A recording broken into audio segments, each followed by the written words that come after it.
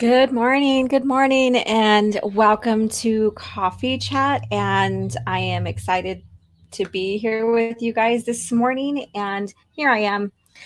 I'm just displaying my merch here. I do have some merch. So the link is in the chats. Let me see. I think you might be able to see it right now.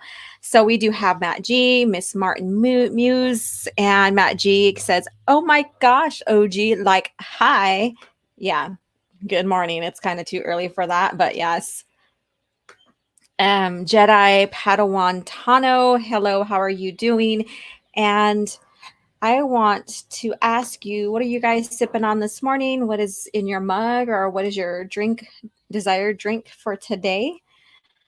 I am on the West Coast, so I am still morning time here. It's 9 a.m. So before we get started, we'll wait for a few more people to come in. So good morning, everybody. Good morning. So this is one of the items merch I have here is a mug here, and it's you could buy one with the Legends gal on there, or script words on there, or you can buy without it. And so here's the mug, and since we're talking during coffee chat, I thought it'd be fun to display this as well. So here you go. Hi Becky, how you doing? Hi Tommy, good morning. How's everybody doing? Today we are going to discuss the last of the Han Solo trilogy, Rebel Dawn, and some of you guys might have seen the clip that I did put on Facebook, or not Facebook, Twitter already, about how well it goes into A New Hope. So I'm going to share that clip as other clips that are exciting to listen to or read about in the book. So I'm going to share that. We're going to go over the Rebel Dawn because it has a lot of pivotal moments that sets Han up for the OT. So this book is awesome, and it also has time gaps in it because actually the reader or the writer AC Crispin had left gaps in there so that she can honor the other novels that are written by Han Solo and not mess up with the continuity. So I like that very much as well. So that just shows that there has been maintained a consistency with the novels and the movies, you know, and that's what got me into the EU is that as well. So yeah, so we'll go over that. So we'll wait for a few more minutes. So tell me in the chat which what are you sipping on today? What is your choice of drink? Mine is basically, I do have Folgers. That's what I made, and um, I use coconut milk in mine. So this is a French vanilla style coconut milk in the mug I painted right here. And a fun fact about me is I like owls. I think they're really amazing creatures.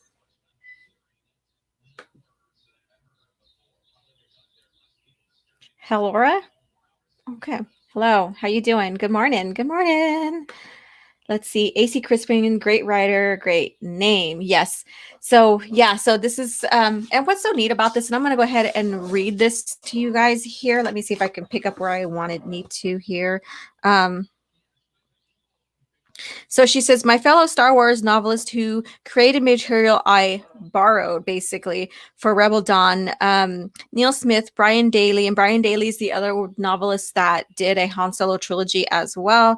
Kevin J. Anderson, Catherine Roosh, Steve Perry, Michael Stackpole, Timothy Zahn, Rebecca Mosta, Michael P. Q. McDowell, and then the Star Wars ladies and all my online friends who made suggestions and took such a keen interest in Han Solo's further adventures. You all know who you are, Kathy Cathers.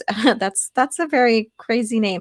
All right, Chris Pesticia, Roseanne Caputo, Glenn Thibert, Linda Jean Walden, Tim and Aaron. So basically, she thanks a bunch of people in this last book about, you know, the contributions, and basically they're the muses as well. But what is so interesting is that she thanks the women of Star Wars, and that's not only novelists but women who love Star Wars and helped her or gave her ideas for the book as well, or just mused for her as well. And so what's interesting about that is that we hear that there was no female writers, there were no female Star Wars fan. It was basically a predominantly male franchise, and I beg to differ. So that's why I wanted to read this to you guys. And so Miss Martin says, hello everyone.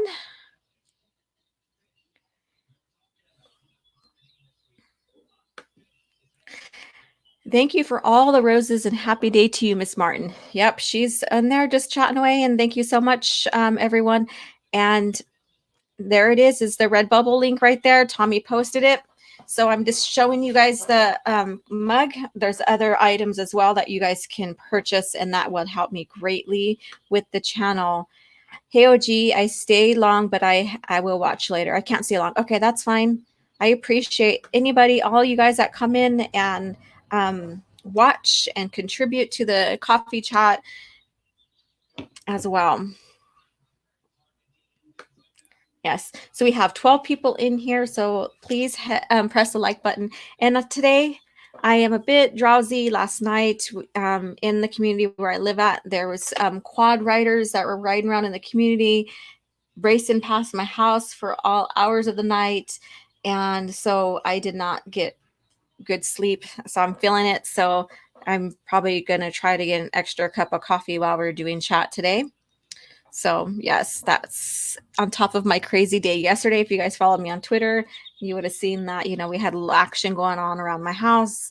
And then I did post that little post-it delivery I guess you could say message for on Twitter. People thought it was my house as well. No, it was not my house.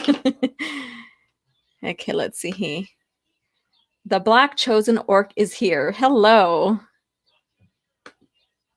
I got the travel mug. It's excellent. Thank you. Yes, she did. So she was my first one to go in and purchase the mug, or purchased my merch, basically. Coffee is the spice. Yes. And speaking of spice, we'll also go over the Kessel Run too as well in the novel. Like I said, the novel, this sets Han up for the OT very, very well. Very coherent. Hi Gabriel, how are you doing? And Lancer, hello. Let's see here. Yep, Lancer, great. Gabriel, Sakori, Mr. Dystopian, hello, good morning. And I'm going to share something that Mr. Dystopian shared with me on Twitter too as well, since we're talking about Han Solo and all that. And oh yeah, and then I have a poll going on Twitter as well. So go vote for that, and I will post it in the links. Let me grab it real quick. Right now, Corellian Trilogy and Millennium Falcon are tied, but it's a 24-hour poll. So here we go. So there it is. There's the link. And so that poll is basically asking which do you want to see coming up soon? The Corellian Trilogy, which is also another Han Solo-centric trilogy, Millennium Falcon, which is mostly about the Millennium Falcon, of course, but we know the relationship between Han and his beloved ship. Tatooine Ghost, which is basically after Leia and Han is married, and Daily Han's trilogy, Han Solo trilogy. So what do you want to see coming up next? Not this coming week, but the following week as well. This one right here, though, I am reading for the third or fourth time. And so this will be next week. We're going to take a little break from Han and go into Mara and Luke's adventures post-marital, or, post after their marriage. So they're kind of newlyweds. It's 3 years after they get married. Who controls the spice controls the universe. Exactly. Sukori, Falcon, go vote. You guys go vote. Yes. Go vote. All right, so we're gonna get started on the on Rebel Dawn here pretty soon. But let me go ahead and share the Falcon. And I was gonna share some crazy news, but I don't know. Sometimes I just want to just geek out on just the EU lore as well. But let me go ahead and let's see here. Get out of this one. All right.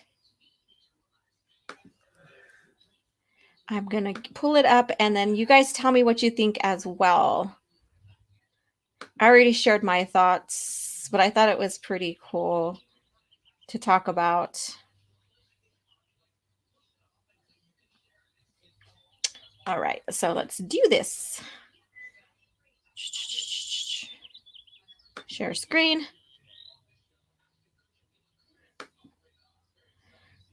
Okay.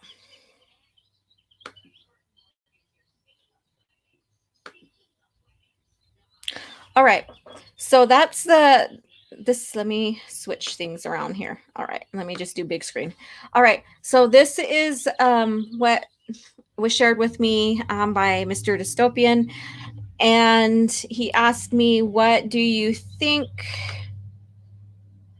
OG Star Wars thoughts on the solo plot hole consisting of the Millennium Falcon redesign conflicting with the episode 3 Easter egg. And yes, so they wanted the Falcon to be relatively different than what we have been seeing when they did the solo movie. And when you look at episode 3, which is before what we see here in the solo movies, they are completely different. In fact, George, when he did this Easter egg in episode 3, Revenge of the Sith, it was to give a nod to the Millennium Falcon. And that goes back to the Millennium Falcon book because it was fully operational. Yeah, I'm using that word. So it was still functioning. The Falcon has been handed down or passed down to several people before it got to Lando and before it got to Han. And so it would make sense that we would see it, or maybe even a freighter similar. But to me, this is a nod to the Millennium Falcon itself. So I thought that was interesting. What I think about that is that they don't pay attention to the lore too much. And I was going to share with you a Screen Rant article about how, those Force ghosts were changed in the sequel trilogy. We all know that they were changed, and that's nothing new. So that's just retreading or rehashing over past grounds that we already discussed before. So I didn't share that. So I'm not sharing that. So yeah. So that was interesting, good little catch there, some good little conversation piece. And I may use that if I do the Millennium Falcon lore in a couple of weeks. So yeah. So thank you, Mr. Dystopian, for that post as well. And let me see who has came in. We still have Matt G here. Jamie, how are you doing? Say, of course they're different. The money from the merch is now for Disney alone. Yes. And I think the difference is that George Lucas was more or less keeping continuity than really truly worrying about making something different to sell similar but different merch to be recognized as their own, so. The blue 1300 is not the Falcon, no. I was a David Filoni fan until he made Maul to lose to Kanan and Ahsoka in Rebels and Clone Wars. Yeah, that was off-putting, and I agree. Let's see here. How about the mention of the Falcon in the factory when it went to Wahoo, OG Star Wars. Calf and OG lore mental health day for a win. Where can I watch while it's live? Let's see here. OMG, like, hi. You're so funny. Okay, and I'm surprised no one talked about Disney remake Star Wars TIE fighters into the comics, and the main character became a rebel on the first page. Still, what also wasn't in it. Yeah, I haven't been following those comics very much, and we do have someone in here waiting patiently. Hello. Hi. And so Hello there. I haven't really gotten to the comics that much, but maybe one day we'll do a ship comparison, just for the fun of it. Yeah. So how are you doing, Abanas? I am doing good. I am doing good. It's still in the middle of breakfast, so it's 12 o'clock. Yes, I know. So I'm calling it brunch, but that's my prerogative. But other Mhm. than that, I am doing well, and yes, I have came prepared with you know what. There it Shameless is. Look plug. at. Yep, Oh, shameless plug, as always. But I don't even have my mmm. own mug. I'm drinking from this. I know that's a damn shame. You got the merch out there, but you don't even plug your own stuff. But you I know have what? I That's have why the you got me. travel. Yeah, I have the travel one though, but I just don't want to pull it out. Not a problem. I'll do the heavy lifting for you. Yeah, you and I think it's Teresa has my merch so far. As far as I know, you guys do. So let's see here. Christopher Barker, hi OG, Star Wars. Been a while since I've been in the chat. I found out my Zia record store is reopening tomorrow. Woo! Oh, And nice. gloves required. That's good. I like to see everything come back, relatively get back to normal. And as always, no matter if it's flu season or whatever viruses are going around, just be safe and be mindful. Mm-hmm. That's all I have to say about that. We're not going to talk about that kind of stuff yet. So, all right. So before we get more into the Han Solo novel, I'm going to go ahead and skip ahead and share my clip with you guys about how well it ties in to A New Hope. So I cut that out of one of my reviews on it and decided to make it its own personal clip. And of course, some people didn't like that and, basically gave it a thumbs down, but that's okay. It's their right as an American. Exactly. It's like, How it's foolish they are, but it's still their right. yeah, of course. And what's so funny about that is that it's just evidence of how coherent Star Wars has been under George Lucas, and they still have to thumb down because they have to be right. They have to try to be right and whatever. It is what it is. And I am dog tired. I've had this person or a group of people zooming around our community here on quads all hours of the night last night, kept waking me up. So I am dog tired. So let's see here. Share. Let me see. There it is. Let me blow it up a little bit more. Mm-hmm. Let's see here. All right. The Wookiee was plainly excited and pleased about something. He stopped Han by the entrance and conferred Can with you turn it up a little bit? Sure. Han tilted his head sideways and peered past the Wookiee at two humans who were standing at the bar. The charter, he said.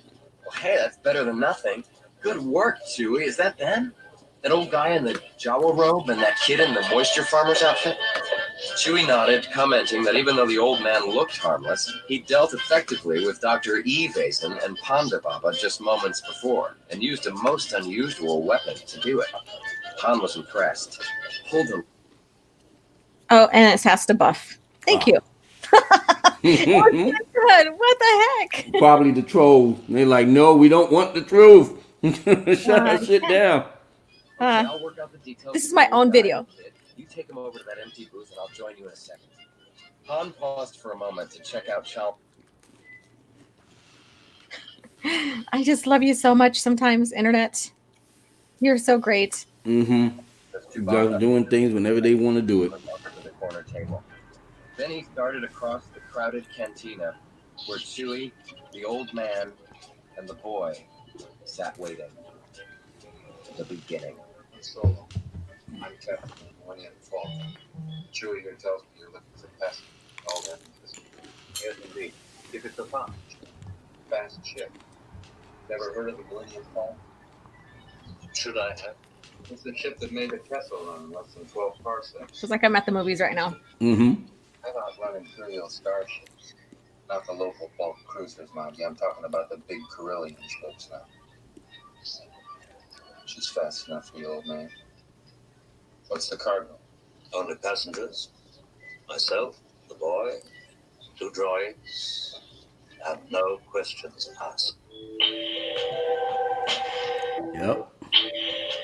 And so if you listen well, and I'm sorry for the buffering, and that's crazy, but if you listen well from that little clip I got from Audible, it ties, he basically, in that clip in the Audible, he walks over to where they're sitting at. So that's why I pinned them together, because it shows how well, George Lucas and his employees and his novelists and his team made sure that everything went well with not only the EU, but with the movies as well. And so that's my evidence right there to you guys. I mean, I'm pretty sure a lot of you guys did not, doubt it, but there are doubters.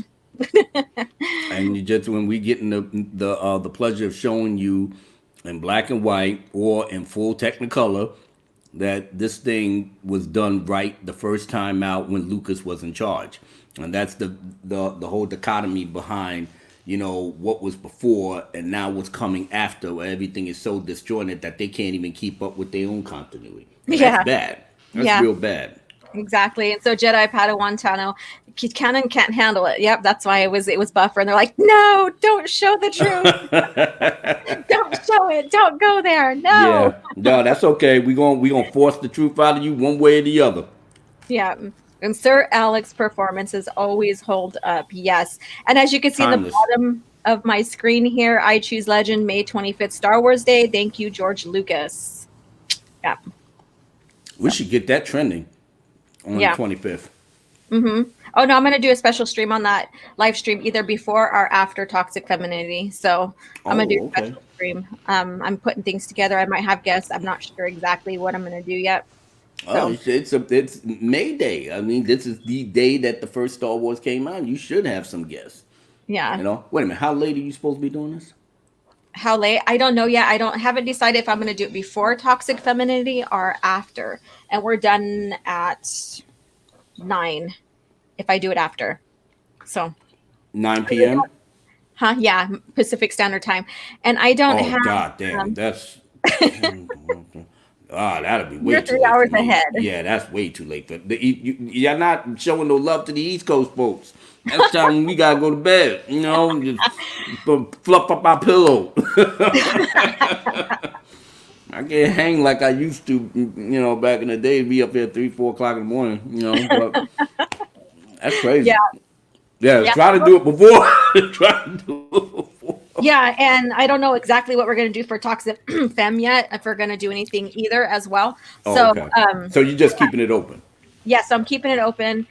And maybe I'll do something before so then I can have guests. And I just got to figure out what I want to do, because I know it's going to be basically A New Hope and what was it, Empire Strikes Back, that were the ones that came out on that day. Yeah. And but I also want to explore the lore even further. And so I haven't decided exactly what I want to do yet. So who do we have in here? Sirloin, hello. Ivan, hello.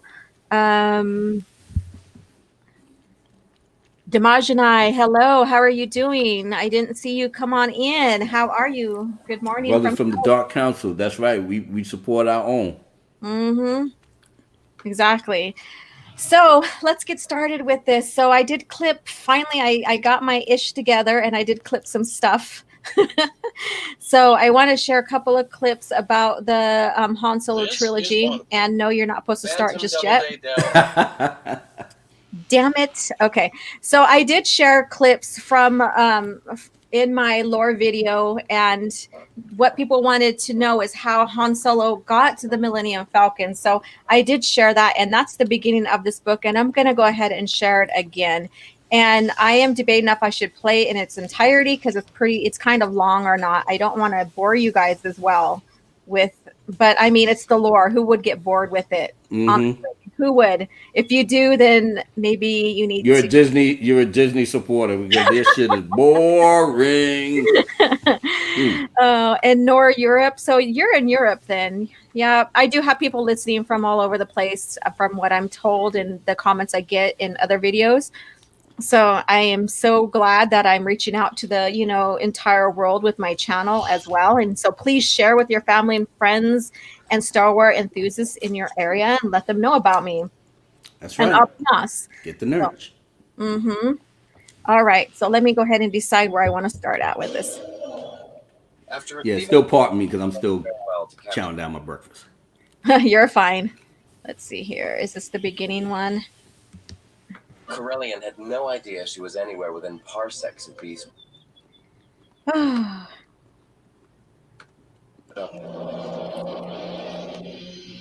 see. This is the only one I didn't clip, even though I did put it in my video. I didn't clip it for my laptop, so that's kind of just. So I don't have my ish together, you guys. You're doing fine, baby. Come on now. I'm just You're making keeping it everything natural. wrong.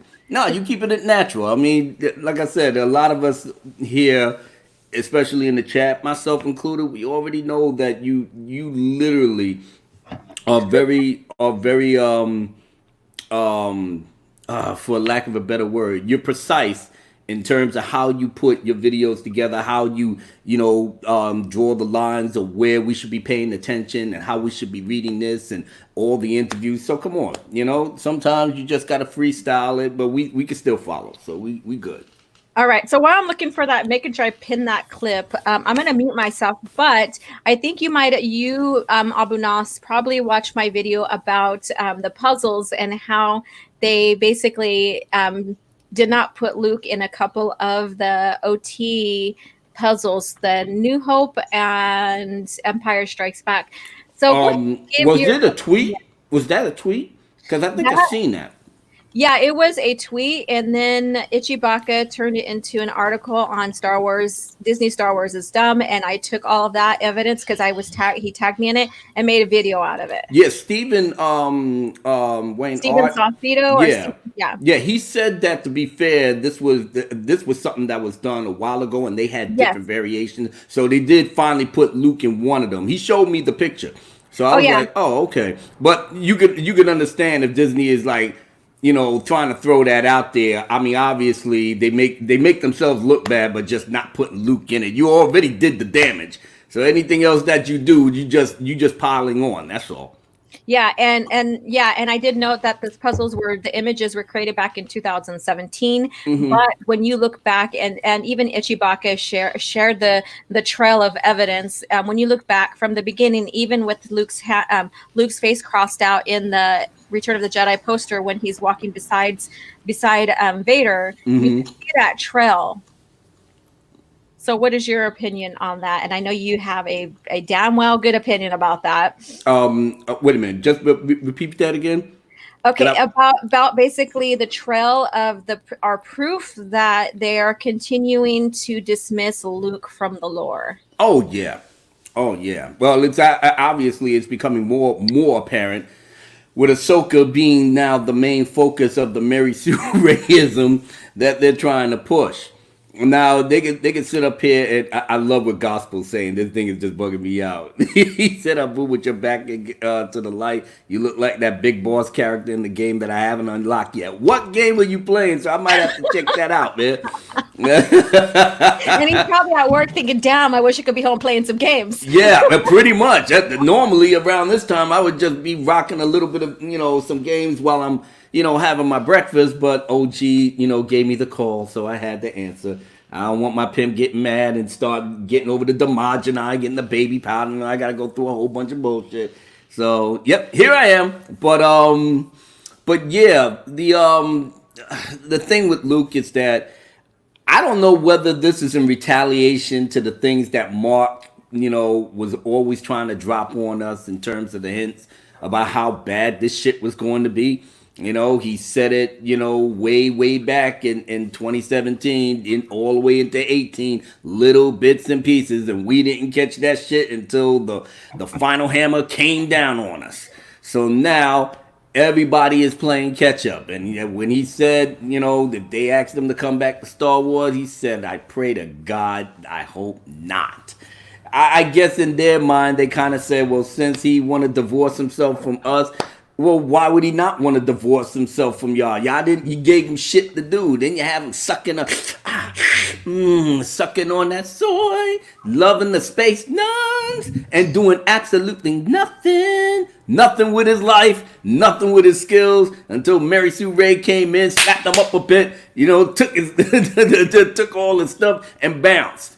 So why would he not be salty about that? I know John Boyega's salty about it. Daisy Ridley's salty about it. Everybody's salty now because the NDA is over. So I guess Lucasfilm kind of figured, well, you know what? If we ain't gonna have Mark, spearhead this, even though we treated him like shit, we'll go the Mary Sue Ray route. And since Daisy Ridley don't want to be, bothered with us anymore, okay, then we got Ahsoka. We got everybody else that we can push, and then Luke Skywalker will must be a distant memory because it is, as Ryan Johnson had made it very clear, that failure is the key. You could be a failure and you could learn from it, but you still failed. And everything that Luke went through this entire time, from Return of the Jedi all the way up to The Force Awakens or whatever, like, he did absolutely nothing, or he pretty much was nothing. He only trained Leia, so he had no other students, so he had no other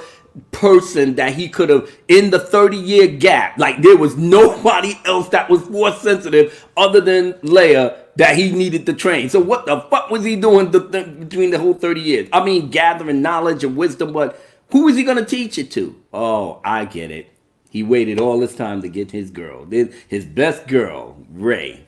It is what it is, but we're not going to let that happen. We're going to keep Luke Skywalker in the forefront like where he belongs, with Han, with Leia, with Chewie, with Mara Jade, and everybody else. Uh-oh, you can't hear you. Yeah. All right, there we go. There was a big old, like I said, it's loud over here right now. People are getting restless in the community and it's getting loud. But so this is going to be the next novel I'm covering, and then I'm going to go back to Han-centric novels. Wait a minute, I'm trying to read it. What is it? Survivor's Quest. So this is 3 years after they're married. Oh, okay. And cool. In the timeline, so I'm giving everybody this right now. In the timeline, this is right before the New Jedi Order, before the Yuuzhan Vong Wars. Ah, good. And this doesn't have Thrawn in here, but it has the Chiss, it has Talon Card.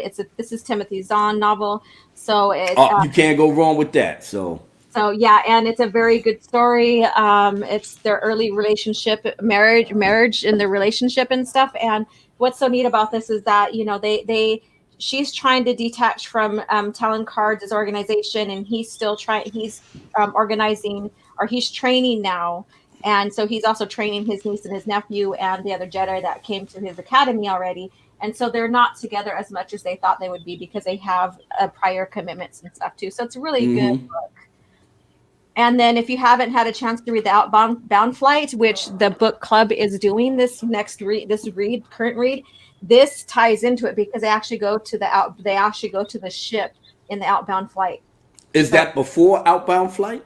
This is after, because Outbound Flight is basically during Anakin's lifetime. Okay. Yeah. And in fact, him and Obi-Wan are in the novel as well. So he also gets to discover what happened with Outbound Flight, what happened with the Jedi, George Sabayoth, all of that, and he gets to find records about the Clone Wars. It all ties in. You know what's so funny? As much as an old school OT PT EU fan that I am, and I've read books, but there are so many books that even the president couldn't even get a hold of. And that's why we got this beautiful lady right here, just to lock everything down, put it all down. That's why I'm keeping it in my head. It's like, yeah, I may have to revisit all of that. And that's a good thing. Even if you didn't get to read every single book, the thing is there that either OG, Ryan, Lord Callis put together. These guys put it right in your face, where all the adventures that we wanted to see on the screen is right in these novels, Yeah, exactly. And so that's going to be the pause between I go back to a novel that has a lot of Han's story in it. So that's what I'm currently reading. There's no Audible that I could find that's in it. So this is purely just, I'll be sharing pages from the book in there as well, and no audible clips, which I'm kind of sad. I like the audible clips. So I'm going to go ahead and address this. Lancer 737. It has been retaliation. If it was the agenda, they would have retcon Luke as the chosen one. Actually, I don't think so. I think that this is all of it is this retcon, the retconning Luke because of his legacy, the retconning Luke, and I would say maybe retaliation because of George's legacy with us fans. That's how I see it. Well, we already stirred up the hornet's nest, so yeah, they are coming after us. I know we're part of it, but that's okay. We the ones that pay our money for this shit. That's what these people keep forgetting. You keep pissing us off, but you want our money. Like I said, you want to live and die by the 18 to 25-year-olds? Go right ahead. Have at it. Yes. So I'm not much of a Ahsoka fan, but I know Abu Nas is, and Sukori, basically, they destroyed Ahsoka. If you guys have a chance, go watch my video about the theory of mine of her being as Ashla, which basically is the Bendu. If you watch Rebels and it's in Disney lore, Bendu says Ashla is the light side of the Force, and then that's her nickname, Ashla, after the Clone Wars. And so my prediction is they're going to make her into a light side priestess or goddess. That's how I see it. And make her immortal. That's how anything Dave Filoni can do to keep his pet girl or his favorite alive. Like I said, Lucas had a specific arc. You know, we spoke about this. You know, he had a specific arc. He was supposed to look. She had a shelf life. She served the purpose in the story to bring Anakin where he needed to be, and then that should be it. Everything else that they're doing. That's why, as much as I love Rosario Dawson being cast as Ahsoka and whatnot, because I think she would knock it out the park. The more time passes, now my thoughts is now souring on the fact that why do we have to have her in the Mandalorian? Like, really, what is the main purpose? Jake was playing with his lightsaber. Yeah, he was. All them years alone in the island, shit, he wasn't touching the space none. So what could he do? Jake doesn't have this. Yeah, Jake don't have her. Right, exactly. You know what I'm saying? Luke would have been very, very busy. He ain't got time to, play around with his lightsaber, the pinky, and all that. Nah, he would have been good.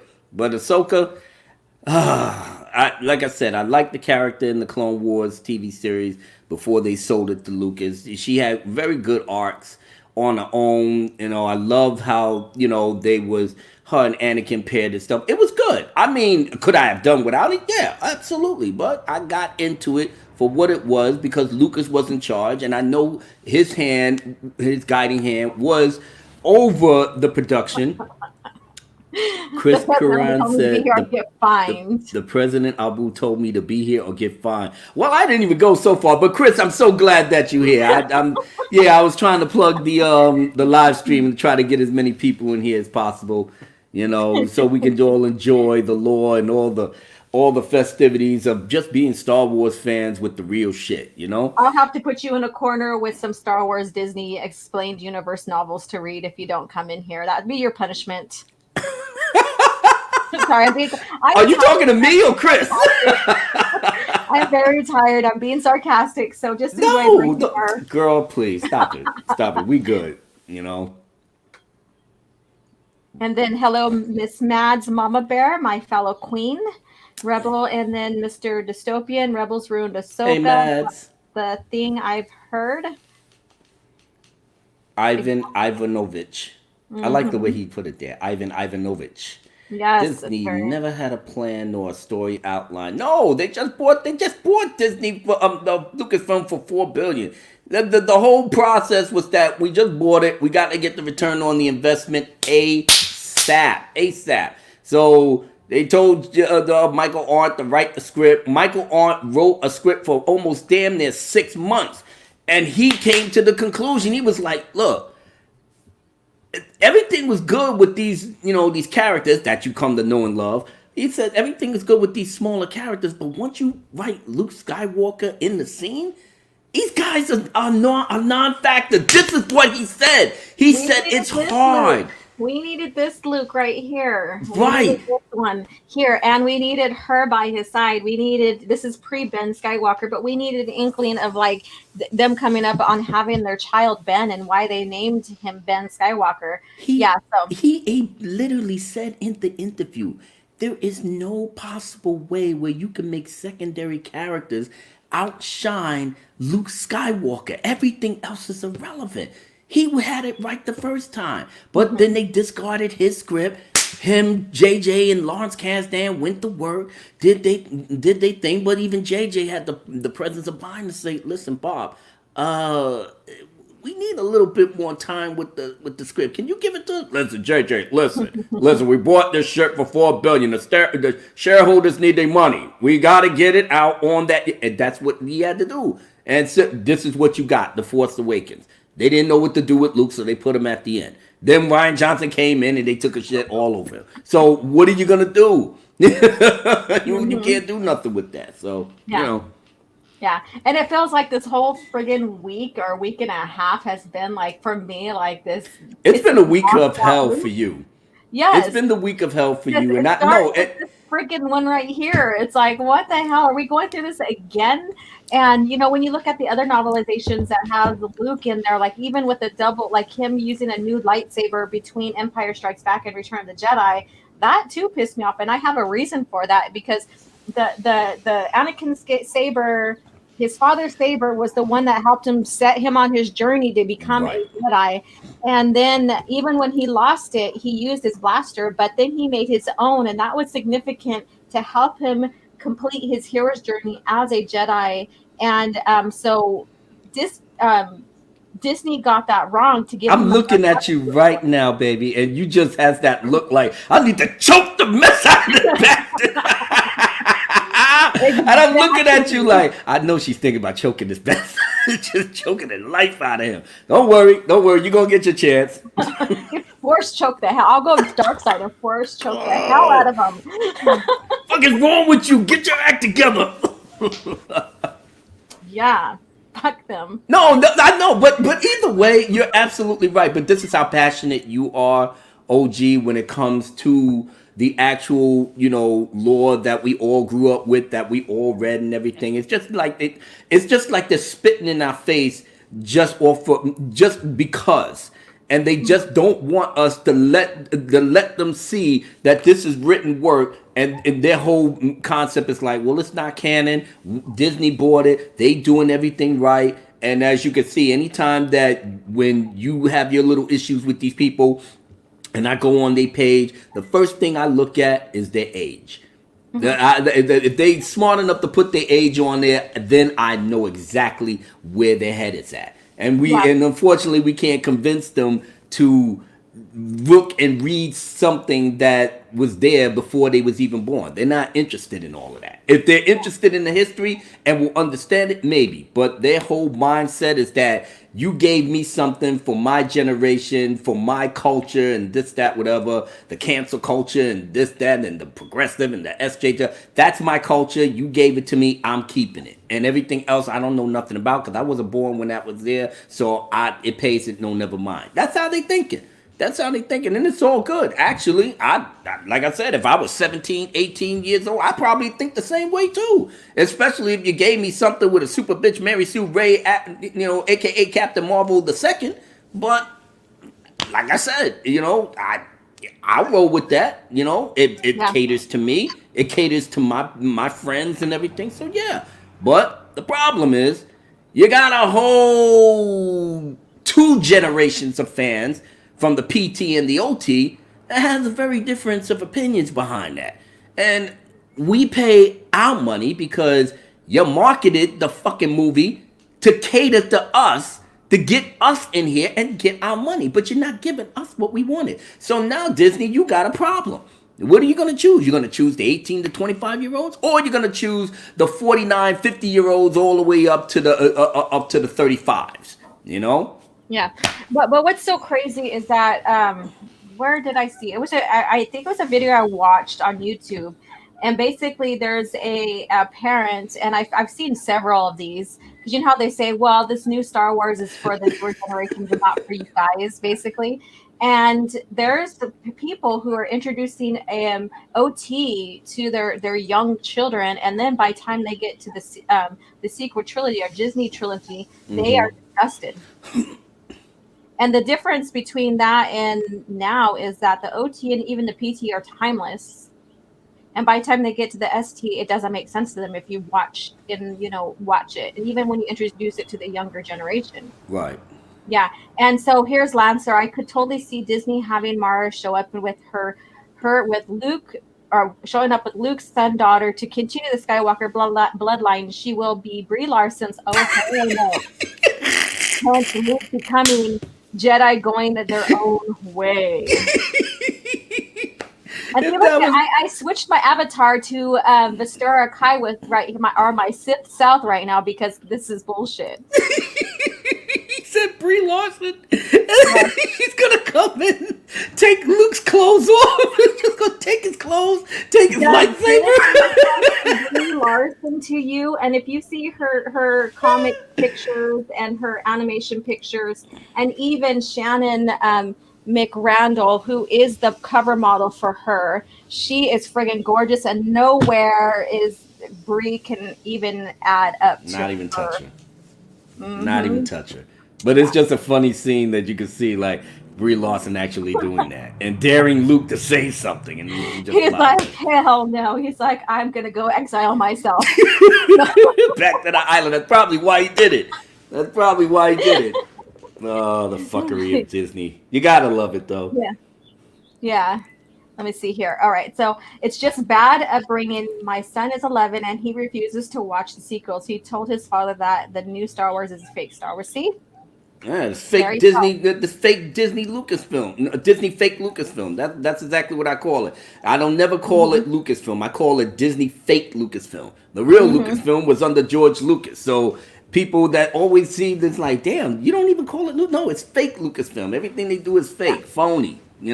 But All right. like So we're Filoni. not here to basically just, get we covered what was going on so far that I reported on my YouTube channel about Luke Skywalker and all this other stuff.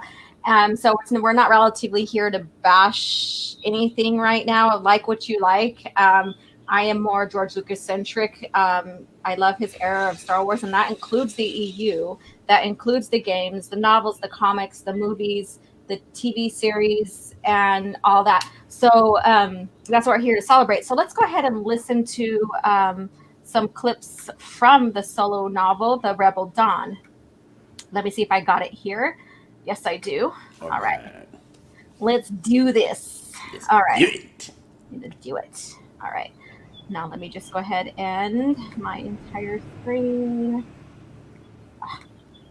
I swear one day I will get this Oh no, handle. sweetheart, you're doing me pretty much when I'm trying to set things up and it just doesn't go the way that I want it. So don't worry, Yeah. it happens. Walk close after So me. this is the The gambling other scene when finalists he had wins also the taken their Falcon. places around the table. A diminutive Chadra fan, a Bothan male, and a Rhodian female. Hmm. As Han glanced around at his fellow players, the last player, another human, sat down opposite Whoops. Han in the last empty I hate when that chair. happens. Han groaned inwardly. Somehow I knew this would happen. What chance can I have against a professional like Lando Calrissian? Lando nodded tightly to his friend. Han nodded back. Forcing himself to sit up straight, Han picked up his first hand of card chips. 3.5 hours later, the Bothan and the Rhodian had been eliminated. Han assessed his hand. He had the card chip for endurance, which had the value of -8. Appropriate, Han thought. This battle is becoming one of endurance. He also had the Ace of Spades, the value of +15, and the Six of Flasks, value +6. 13. He needed to take another card to build toward a pure Sabak, that is, card chips totaling exactly 23. I'll take a card, Han said. The dealer tossed one down on the table. Han picked it up, saw with a sinking feeling that it was demise, with a value of -13. Great! I'm farther away than ever. All right, so I'm going to pause here for right now because this clip is kind of long, and so when you Let me get us out of this little part of the screen here. When you, I don't know how many people has watched the, where'd you go, Abu? Why am I the only one up here? Are you there? I'm in the background. Oh, okay. Well, anyways, here we go, right there. All right. So if you ever watch the solo trilogy, you would notice, or not the solo trilogy, geez, watch it. I wish there was actually a movie off of these books. But if you watch the solo movie, how Han and how Han and Lando meet is very different than what's in the novel. And so the leading up to this gambling scene is very different, even though maybe the scene for between the movie and the novel might be kind of the same. Right. It's not, because you have to consider how they met in the beginning and how it got Han there to gamble and win the Falcon. And last coffee chat, I talked about how they met. Actually, Lando was looking for Han to teach him how to pilot.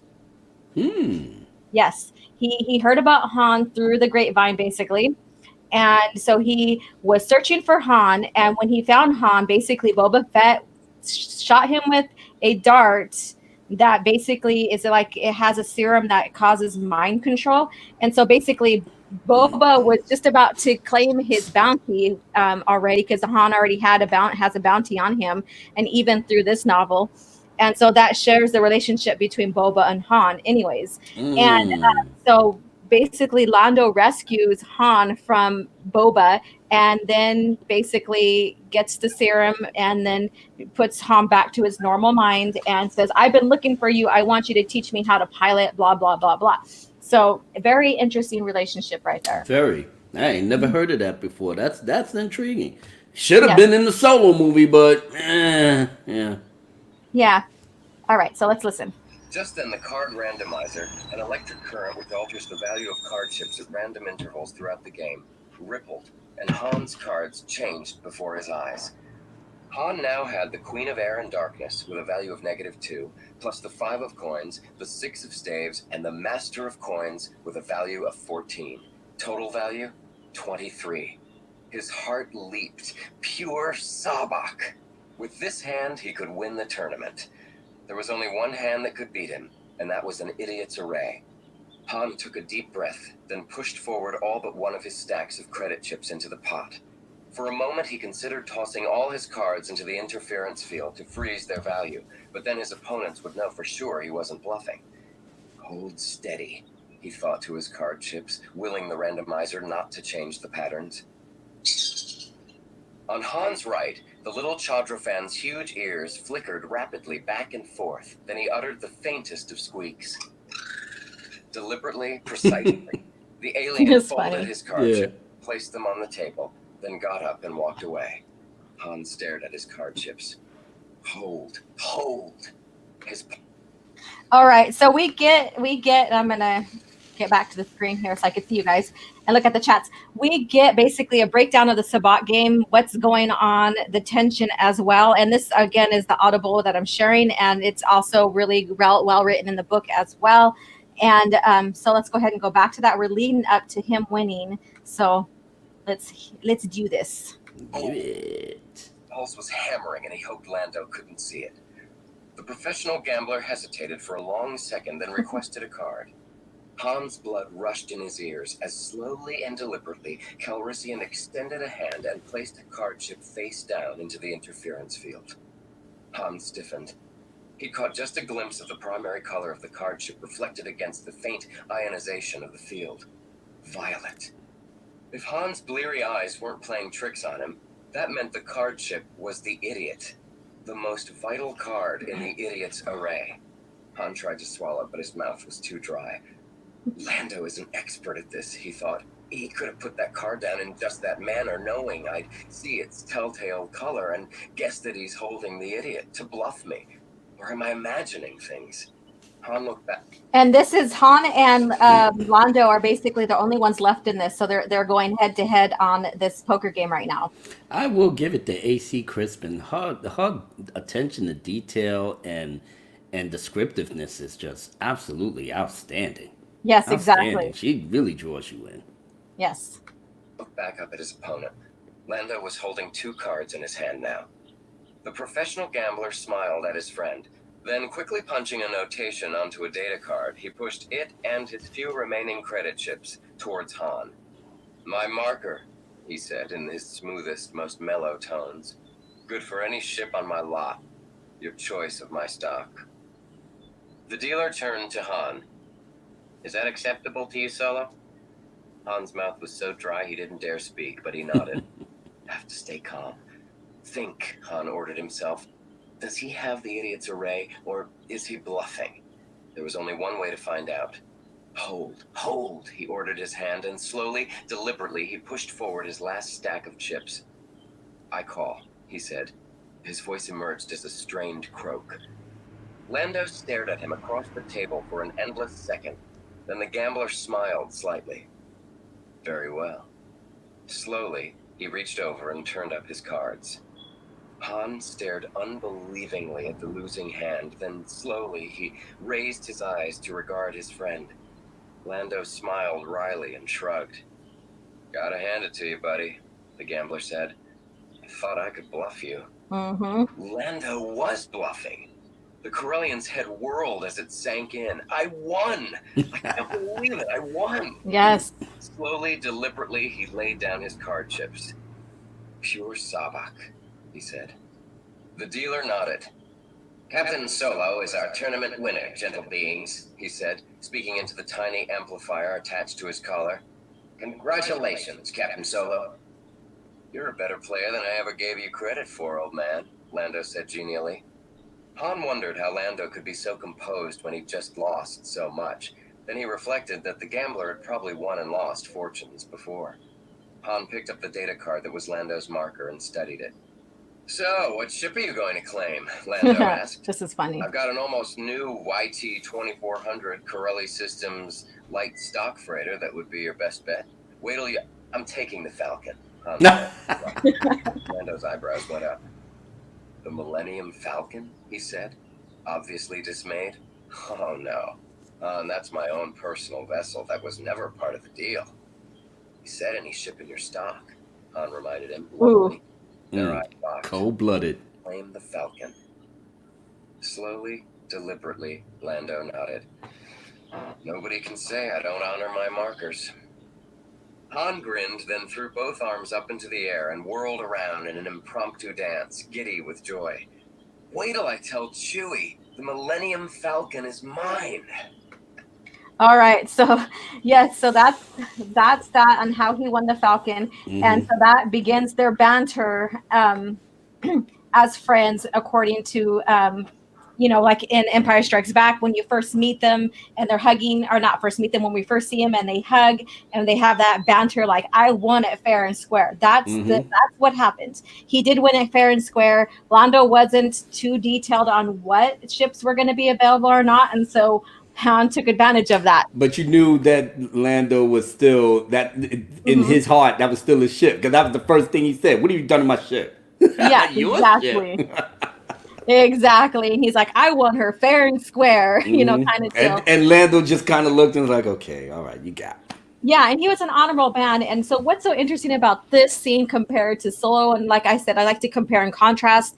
If people don't like that, then that's your problem, not mine. Ooh, burn. That's how I see it. And that's how I said it on Twitter too. It's like, if you don't like that I care for George Lucas era Star Wars, it's not my problem, it's yours. You like what you like, mind your business, I'll mind my business, kind of deal. I won't call you out on it, but I will discuss why, again, compare and contrast between the two lores. So in the movie, we have Lando surrounded by his droids and stuff like that, being all like this, trying to be debonair, trying to be Lando. And yeah, he did pull it off in a sense, I guess you could say. I give him credit. But when you read more about Lando in the original EU and stuff, yes, he was a ladies' man, and yes, he had a sense of respectable air around him and stuff. He wasn't like this sex crazed person as Disney is making him sound. Robot fucking, robot loving. Me and Lando, we're a thing. It's a thing. It's a thing, yeah. And so yes, so there's that huge difference. And so and some people say, well, they didn't make him, that way. Yes, they did. Yes, Disney did. Yeah. And he wasn't that way. Yes, he was debonair. He was a ladies' man, but he was also respectable. He was also a an honorable man as well. He became a general in the Alliance. I mean, Mm, after Return of the Jedi, his yeah, fame and his respect, or the respect that he got from many of the core worlds, it was right there. Was right yeah. there. So now all of a sudden he went back to a gambler that bang robots. What's wrong with human beings? Here's the lightning right here. But did he fuck robots? Yes, he did. He did. The robot even said, "Yeah, me and him, it's a thing." I tried to tell him, but he's just he's Lando, and I got to do what he asks. He's my master, so Yeah, that's why he lost his shit when the robot got shot. No, why? Why, God, take me, No. take They should have just did that slow mo action play where he's running to her. No. me. Yep, that was so dramatic. That was the best that Ron Howard could do in that movie. But it's not Ron Howard's fault. Shit, he had to redo 80% of the movie after Kathleen Kennedy fired Lord and Miller. Yeah. It's a tragedy. Yeah, it is. It's sad. There was so much good that they could have had. There's so much they could have done if they would have just. I mean, it's their right to decide where they want to go because of the new owners. But the Yeah. thing is that so much lore was established already. They bought it for 4.1 million or 4.3 million or $1 billion. Yeah, 4 billion. What they basically threw a huge portion of that away when they decided to discontinue a lot of the lore. They basically threw money away. Yeah. That's how Yeah. I see it. That's how I see it. And so now because they threw that money away, now they have to remake it. So they're redoing their EU and stuff and how they want to see it and how they want it to mirror today's society, which I think is BS. But yeah. But we're not gonna let it happen. But I digress from that. Okay, so let's go ahead. I'm gonna go ahead and find where else I want to pick up at with this. Hello there, Steven, because I see your chat Yes. right there. Doing good, doing good.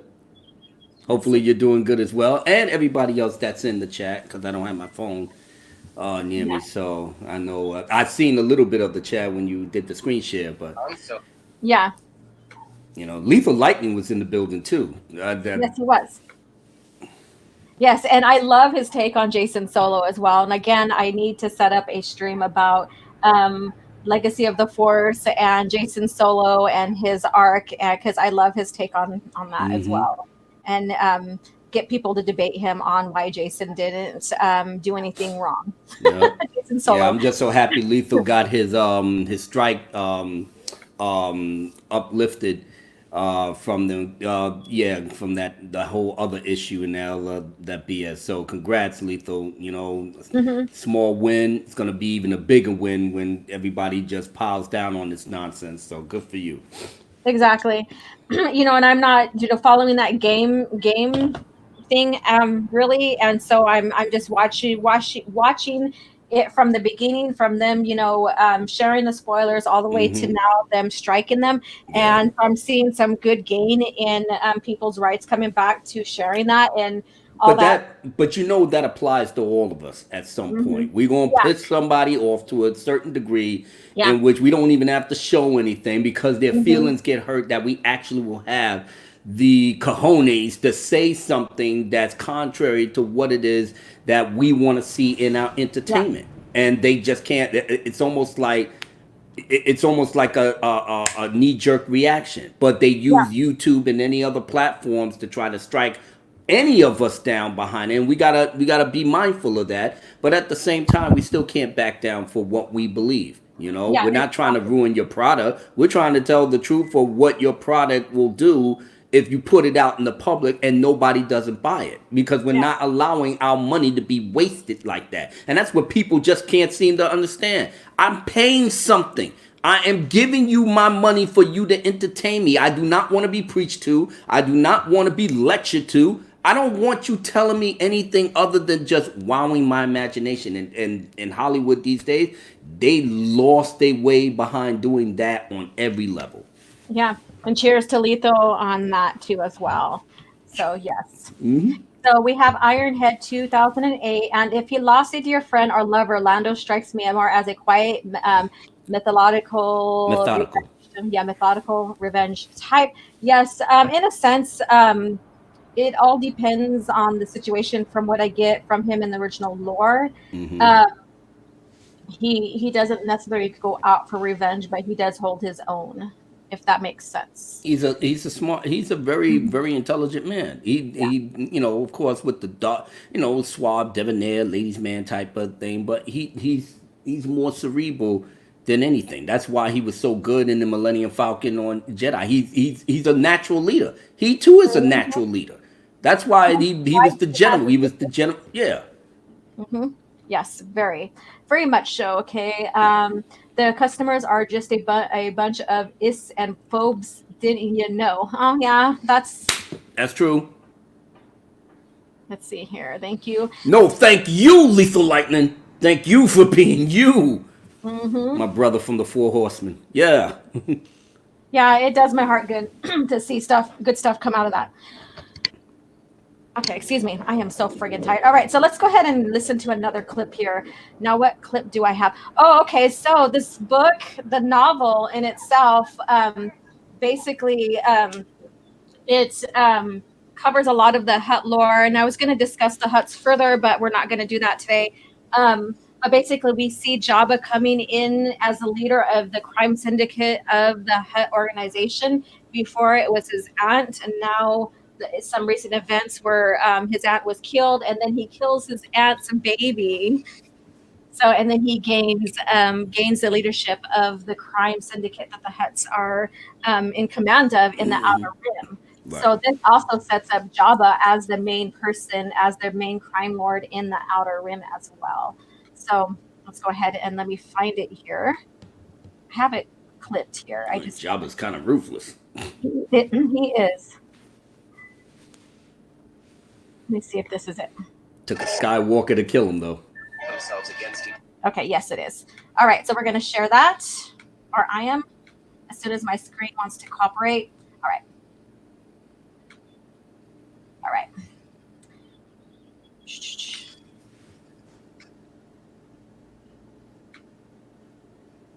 Okay, there we go. We got this. All right, so each other's chests, wrestling with their undersized arms as they sent their tails slamming into everything nearby. If I could just outlast her, Durga thought, and realized that was a very big. Han Solo had been going over shipping manifests for the mines on Kessel with Jabba when he, Chewie, and Jabba all heard a loud thud, followed by a bellow, then another series of thuds and muffled crashing sounds. When the three beings arrived at Gilliack's audience chamber, a beautiful young blonde woman was standing in the doorway. The woman shook her head and put up a hand to halt their progress. "No," she said. "Do not interfere. Durga has challenged clan leader to clan leader under the old law." To Han's surprise, Jabba did not bat the woman out of his way and go to his aunt's aid. Instead, he inclined his head in the Hutt equivalent of a bow. Han glanced into the audience chamber and saw Gilliack bring her tail down with stunning force. The smaller Hutt barely managed to dodge out of the way in time. The Corellian looked at Jabba. "You don't want to stop it?" Chewbacca echoed Han's question. Jabba blinked at them, his bulbous eyes full of cunning. "Durga is the leader of Basadi clan," he said. "Whichever of them wins, I win." "But," Han stammered, I thought you were fond of your aunt." Jabba looked at him as though he were a retarded Gamorrean child. He said gently, "But this is business." Han nodded and glanced at Chewie. He shrugged. "Sure, business." "Han, wait for me at my palace. I will join." All right, so that's the first part of the clip I wanted to share right there. And what's interesting about that is that they're fighting over over the leadership and all that, and other prior stuff that has been happening under the Hutt, and even the Talon Teal, which is basically a cousin species of the Hutts. Right. And so they're fighting over that. And so Jabba's like, whoever wins, I win. And we're leading up to that, and how how Jabba becomes the crime lord of the Outer Rim as well. So we're going to go ahead and expand on that a little bit more.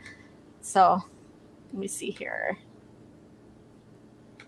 Straight down onto Juliak's tail. Let me see. Yeah, we got that part. Sled, depressing it. The repulsor sled fell like a stone, straight down onto Juliak's tail. So Juliak won, and now Jabba's fighting her. Juliak screeched, Okay. struggling to yank her tail free. Wriggling backwards, Durga positioned himself. Oh wait, no, Durga's in this. Tail down Okay. on Juliak's head with all his strength. The Disiligic leader screamed. It took 5 hard blows to drive Juliak into unconsciousness. Damn. Die, Durga thought, walloping solid flesh. Die, he bellowed. Die. He's like, die, motherfucker!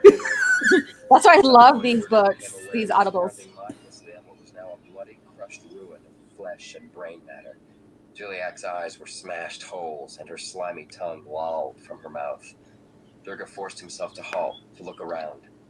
At the entrance... So we're still in Durga and Juliak's fight right here, but we're coming upon Jabba's. The entrance to the room, Guri stood beside Jabba. Moving as though he were 900 years old, Durga managed to haul himself onto Juliak's sled and activate it. He glided across the audience chamber. Guri stepped forward to bow slightly, respectfully. Congratulations on the successful outcome of your challenge, Your Excellency. Durga breathlessly turned to regard the woman. Guri, could you kill a Hutt? Most certainly, she replied. Then, kill Jabba, Durga said.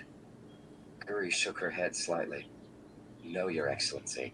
My orders were to help you effect your revenge against Juliak. That is accomplished. We will leave now. Durga made an abortive move toward Jabba, only to have Shizor's assistant step between them. Shizor. Message very clear. We will leave now, she repeated. Durga glared balefully at Jabba. The last of his strength was gone. He could only slump atop his repulsor sled, too exhausted even to savor victory. Jabba slowly approached his aunt's massive corpse. He could scarcely believe she was dead, and he knew he would miss her. But as he told Han Solo, this was business, for the good of Disiligic as well as his own. Then, without warning, Juliak moved. Startled, Jabba jerked upright, incredulous. She's coming back to life! Heart thundered wildly in shock. The massive corpse moved again, and then Juliak's baby slithered out of her abdominal pouch. The little grub-like creature scooted forward, waving its little stubs, gurgled mindlessly. Jabba stared at it malevolently. He knew he would be confirmed leader of Disiligic no matter what. Why leave any loose ends? Slowly, purposefully, he slithered toward his aunt's helpless offspring.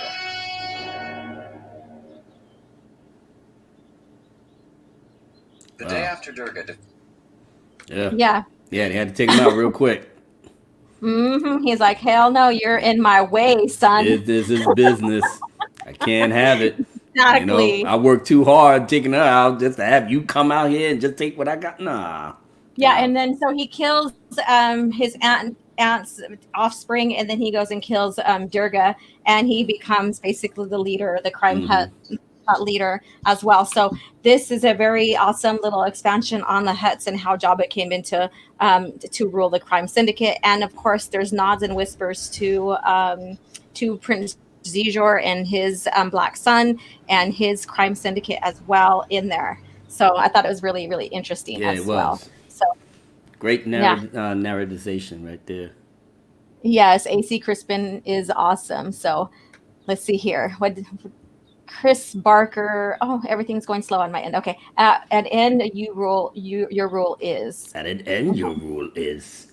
And not short enough it was. Golly, Revenge of the Sith is so masterful. Exactly. And so in honor of George Lucas's era of Star Wars, I have this background area here. and the whole clip doesn't fit in there, but basically it's the 6 movies, Yeah. scenes from the 6 movies. So yes. So, hi, everyone. Anybody that came into the chat that I did not notice, welcome to Coffee Chat. Thank you so much for coming in.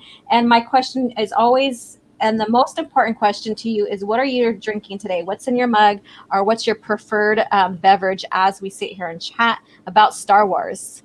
So, share in the comments with me, what are you drinking today? And no judgment here. If you like to have eye openers, that's fine.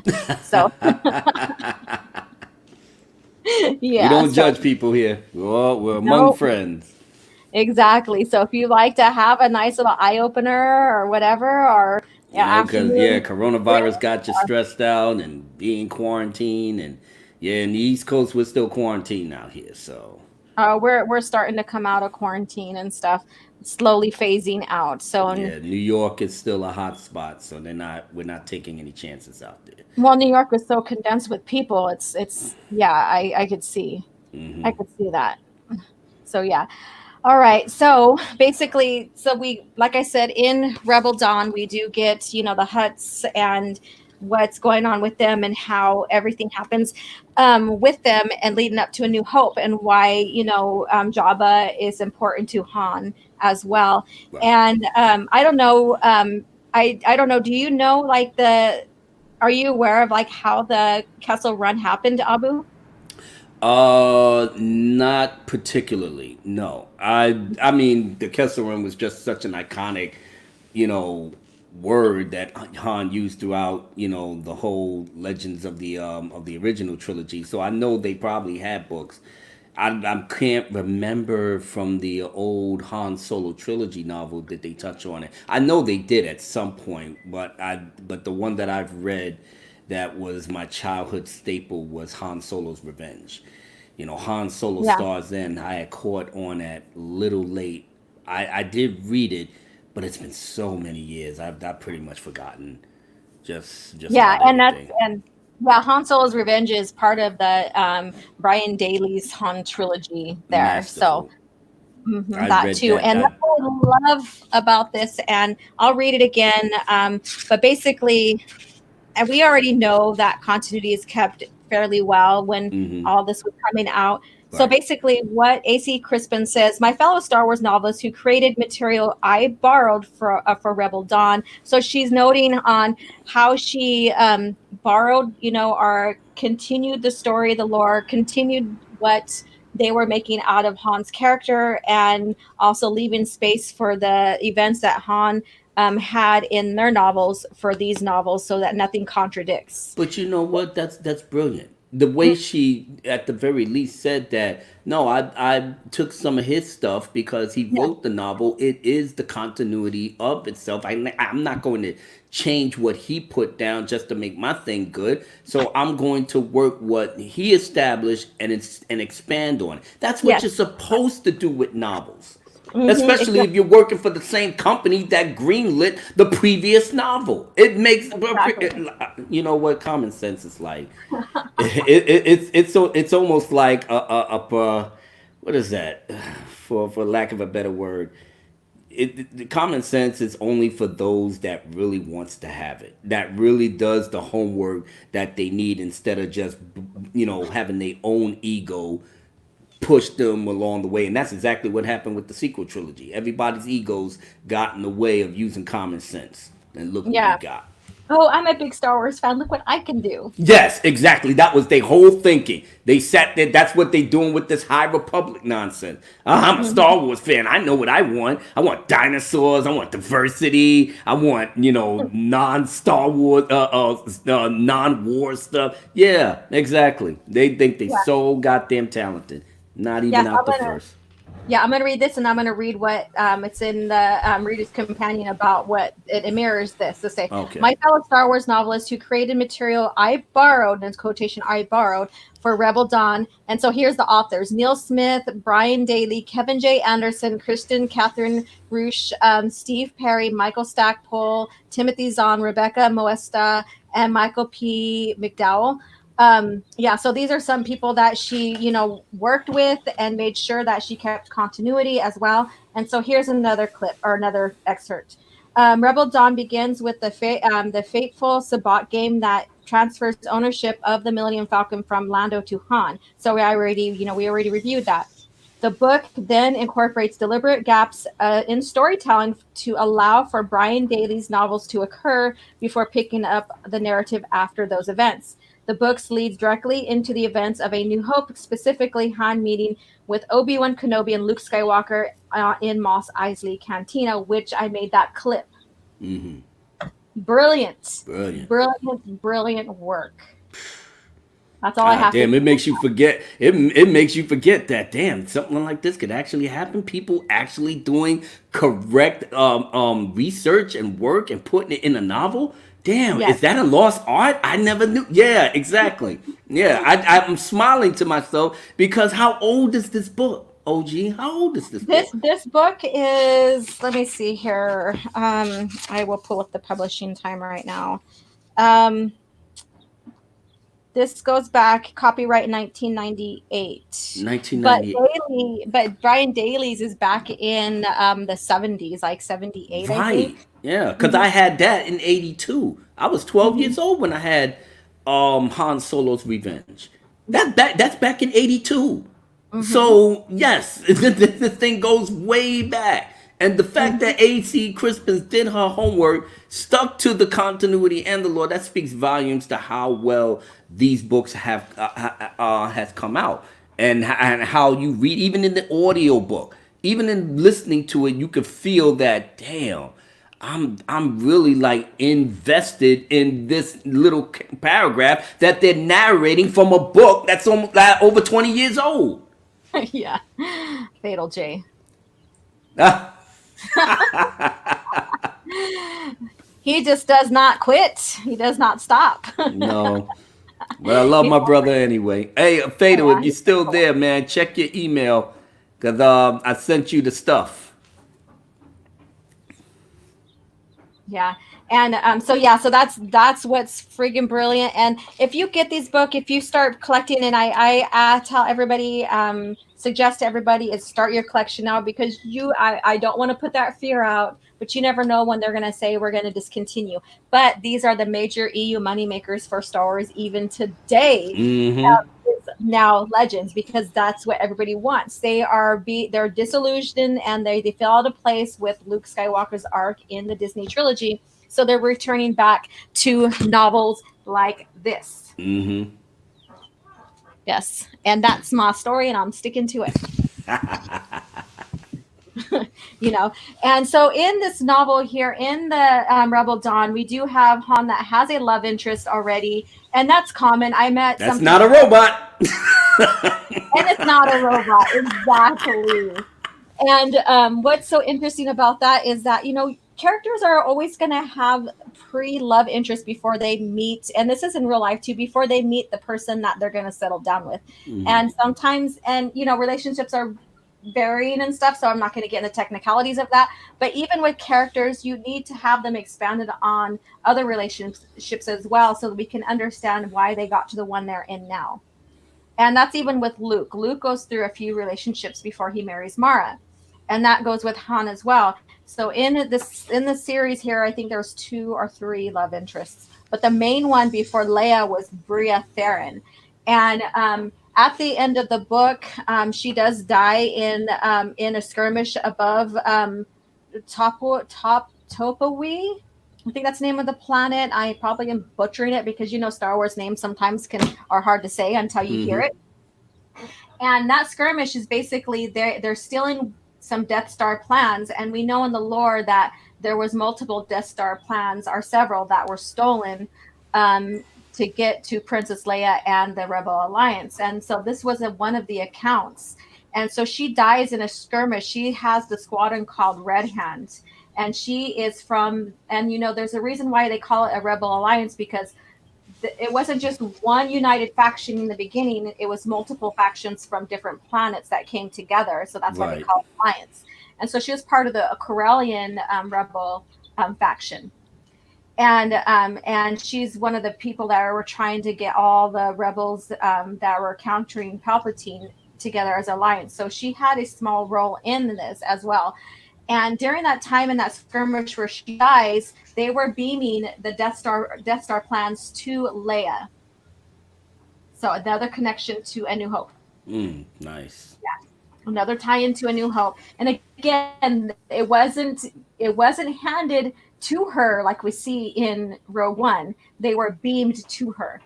Okay. I'm a Yeah, they were Rogue One trans. lover. I'm a Rogue One lover, so I go either way. It doesn't matter to me. I mean, Yeah, and just as long as it gets to her and she takes it, and then it starts off with Episode 4. Because even to this day, I still love watching Darth Vader just mow down these bastards trying to get to the ship. everybody Help me! I can't without get that enough of that. people probably wouldn't have been interested in it.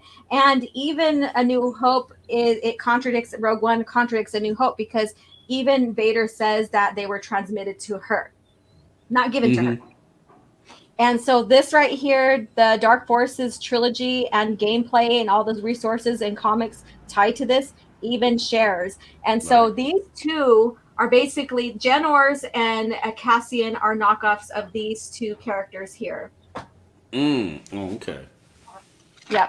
So the more you read the EU, the more you know. Yeah, that's true. Yeah, the little sparkly thing come up. The more you know. The more you know. I can't wait to Yep. update my stuff so I can do all that crap. In time, I will, and No, you hopefully will. it will get me to monetization here soon. So I am excited for that. No, you're doing a great job, sweetheart. So, like I said, everything that you're doing it for the fans that love Hmm. the lore, that loves what was here before Disney came and flushed it all down the drain.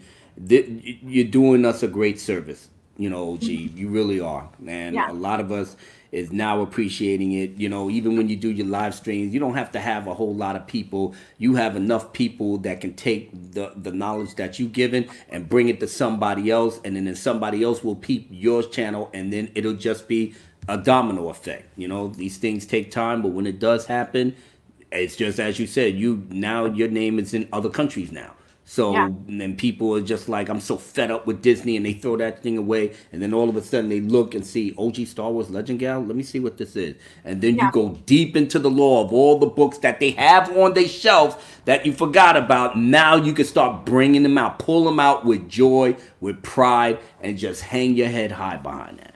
Yeah, and in these books and in all this material about the Death Star plans being captured and sent over to the Rebel Alliance, nowhere in these books does it say that these guys mattered more than Luke Skywalker. Nowhere. Nice. Nowhere at all. And so this is Kyle Katarn right here, and this is when he starts going and training with Luke as or continuing his training with Luke as a Jedi. Right. And nowhere it says that he's more significant. Nowhere is it that in there does it have him saying, Luke, this is what you should do with the order, blah blah blah. That I'm I mean, predicting. he had his differences, He with Luke, but at the very least, from what I remembered of the novels that I read with him, he still respected him as his master. He still respected him as the leader. So and Luke even respected his way of thinking as well. So it was a perfect balance of harmony, but it still gave him enough room to have his own personality, and that's what I always loved about Kyle Katarn. Exactly. He's a phenomenal character as well.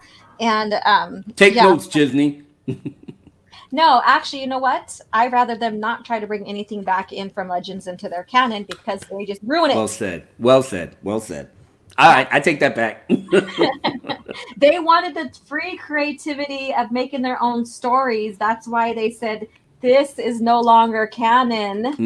Demogenize said it in his latest video too. He said, "You know what, Disney? Try to let's see if you could do something. Let me see if you can actually put together compelling characters, good stories, without having to borrow or take anything that was there before. Just go in a little corner, create something without the politics, without the this, without the this. Put something together and see what you can do." He said, Yeah. "No, they never gonna do it. They'll never be able to do it. They want everything quick, fast, in a hurry. They want money quick, fast, in a hurry, and it's at the expense of being creative and creating good characters that you see in OG's background that stands the test of time. It's sad, but it is what Yeah. it is." And I think that's what would be please the fans because of or especially as EU fans, if they kept to the word, like we want total creativity. Mm-hmm. We're going to go ahead and put Legends over here for you guys to enjoy. We're going to try to create something new and different with Star Wars. Try to keep to the lore of the movies, the foundation, without destroying characters. I would totally respect that. Maybe I probably still wouldn't get into their lore because my heart stays with George Lucas's lore. Mm-hmm. That's what I grew up with. But I would have more respect. Right. And that's the thing. So, Mr. Dystopian, John Ors doesn't get enough credit for being the first Asian woman in Star Wars. Yep. And you know what they do? They did much better character than Rose Tico in every way.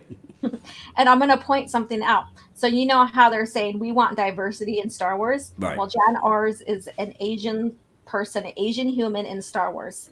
They went and turned her into a white woman in Star Wars. Wow. Think about that. There you go. About that. I know you're gonna get heat behind it too, and but hey, the proof is in the pudding. You turned the Asian into white, and so what do you think we were supposed to say? Next you're gonna have Mace Windu, be Latino.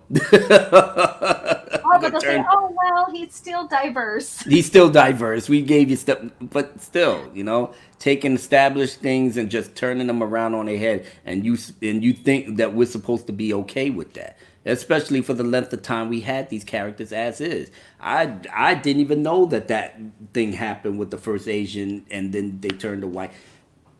Wow, that's a big switch right there, and you wonder why you're losing money in all areas of the fandom. Yeah, exactly.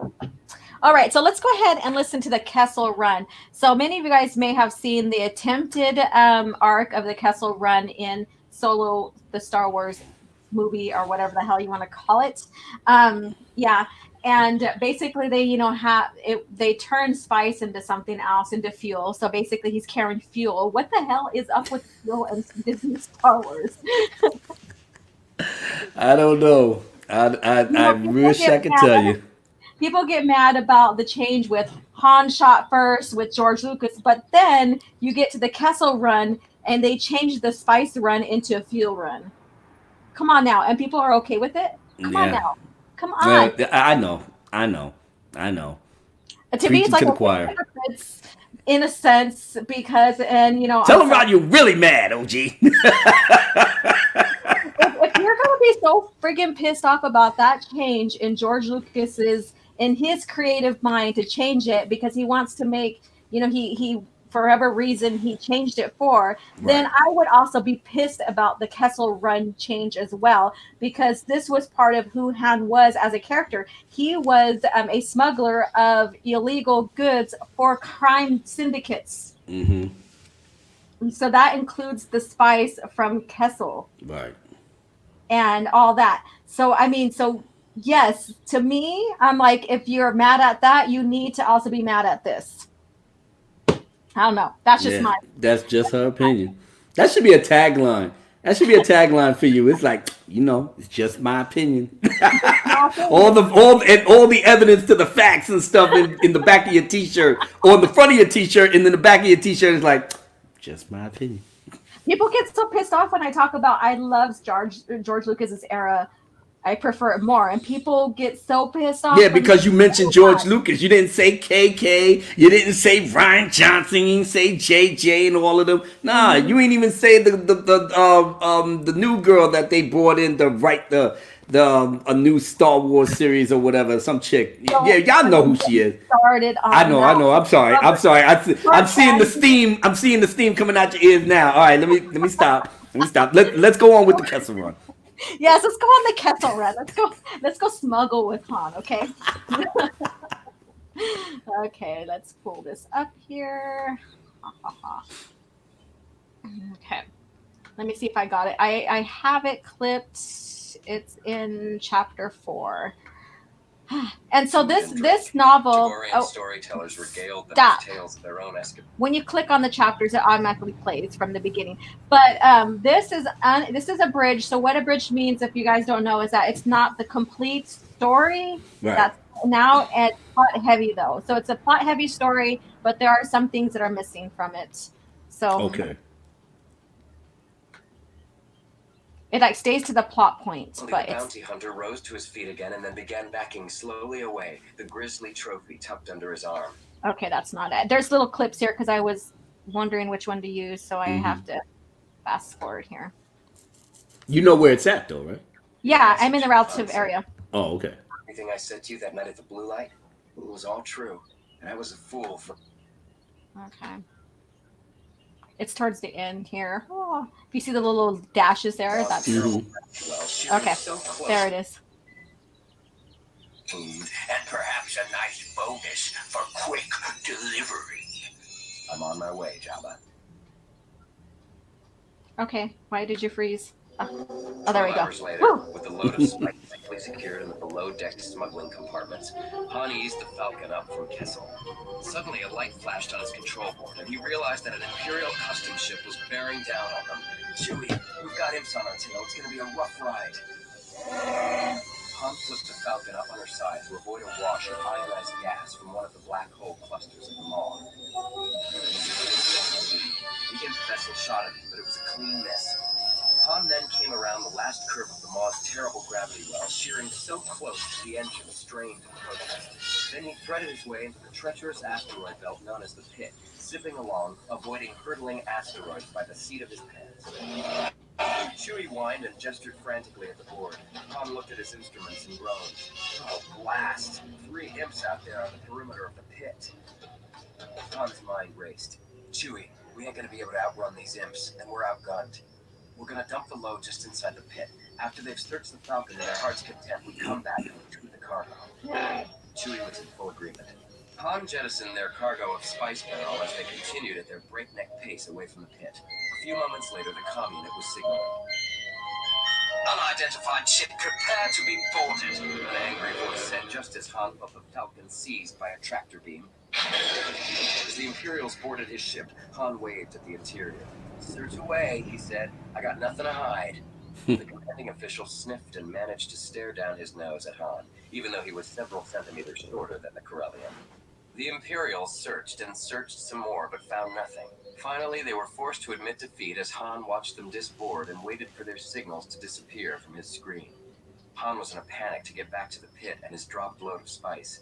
The Corellian sped back to the Pit and to the coordinates where he'd dropped the load of raw glitterstone. He and Chewie spent the next 4 hours combing the outer edge of the asteroid field, becoming more and more frantic. It's got to be here, he exclaimed to Chewie. But it wasn't.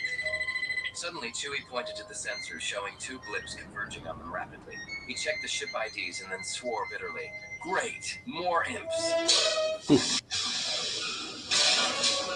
He reversed course, heading back into the Pit. Chewbacca growled an inquiry, wanting to know why they were running when they had no spice on board. Don't you get it? Han snarled as he increased speed until the asteroid zipped past them in a blur.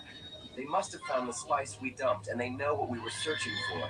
Those slugs will arrest us on suspicion of smuggling and impound the Falcon. We'll never get her back. Han's hands moved over his controls like a man possessed as they skimmed and flipped their way through the treacherous asteroid field. Chewie was howling aloud with terror at the chances his partner was taking. Shut up, fuzzface, Han yelled. I gotta concentrate. Chewie's howls dropped to moans, possibly prayers. Han was too busy to listen. In desperation, Han sent the Falcon closer to the black hole cluster than any sane person would ever go. Only the ship's breakneck speed saved them. Studying his instruments, Han saw that one of the pursuing Imperial ships hadn't been able to duplicate his maneuver and vanished into the embrace of the black hole.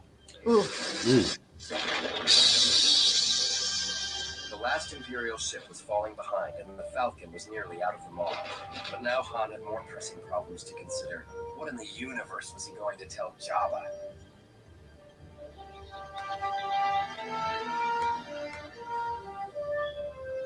Okay, it's not stopping for me. There we go. All right, there we go. It was frozen for a few minutes, but all right. So that's the Kessel Run, and so that basically is when he did his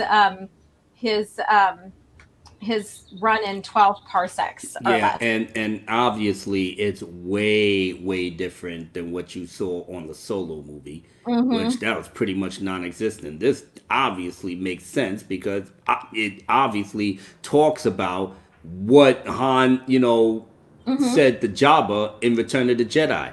Mm-hmm. It's I messed up. It's not my fault, and he definitely telling him that I think he had to get away from the Imperials. It wasn't his fault that they found him, and he couldn't get back to the spice that he was running for Jabba. Makes perfect sense, but Disney is Yeah. Disney. Yeah, and what's so different as well is that the Ma and the original lore, it's consists of all these asteroid fields, these Right. anomalies, and these and black holes.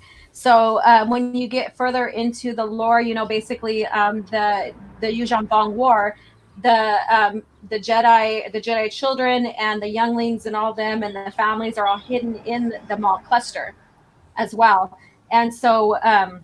There's also planets in there as well, and so it's a very rough place to navigate, and there's so much pull into the black holes that Hmm. it's hard to navigate. So that's why he takes honor in how fast he got through the Maw, through the Kessel Run.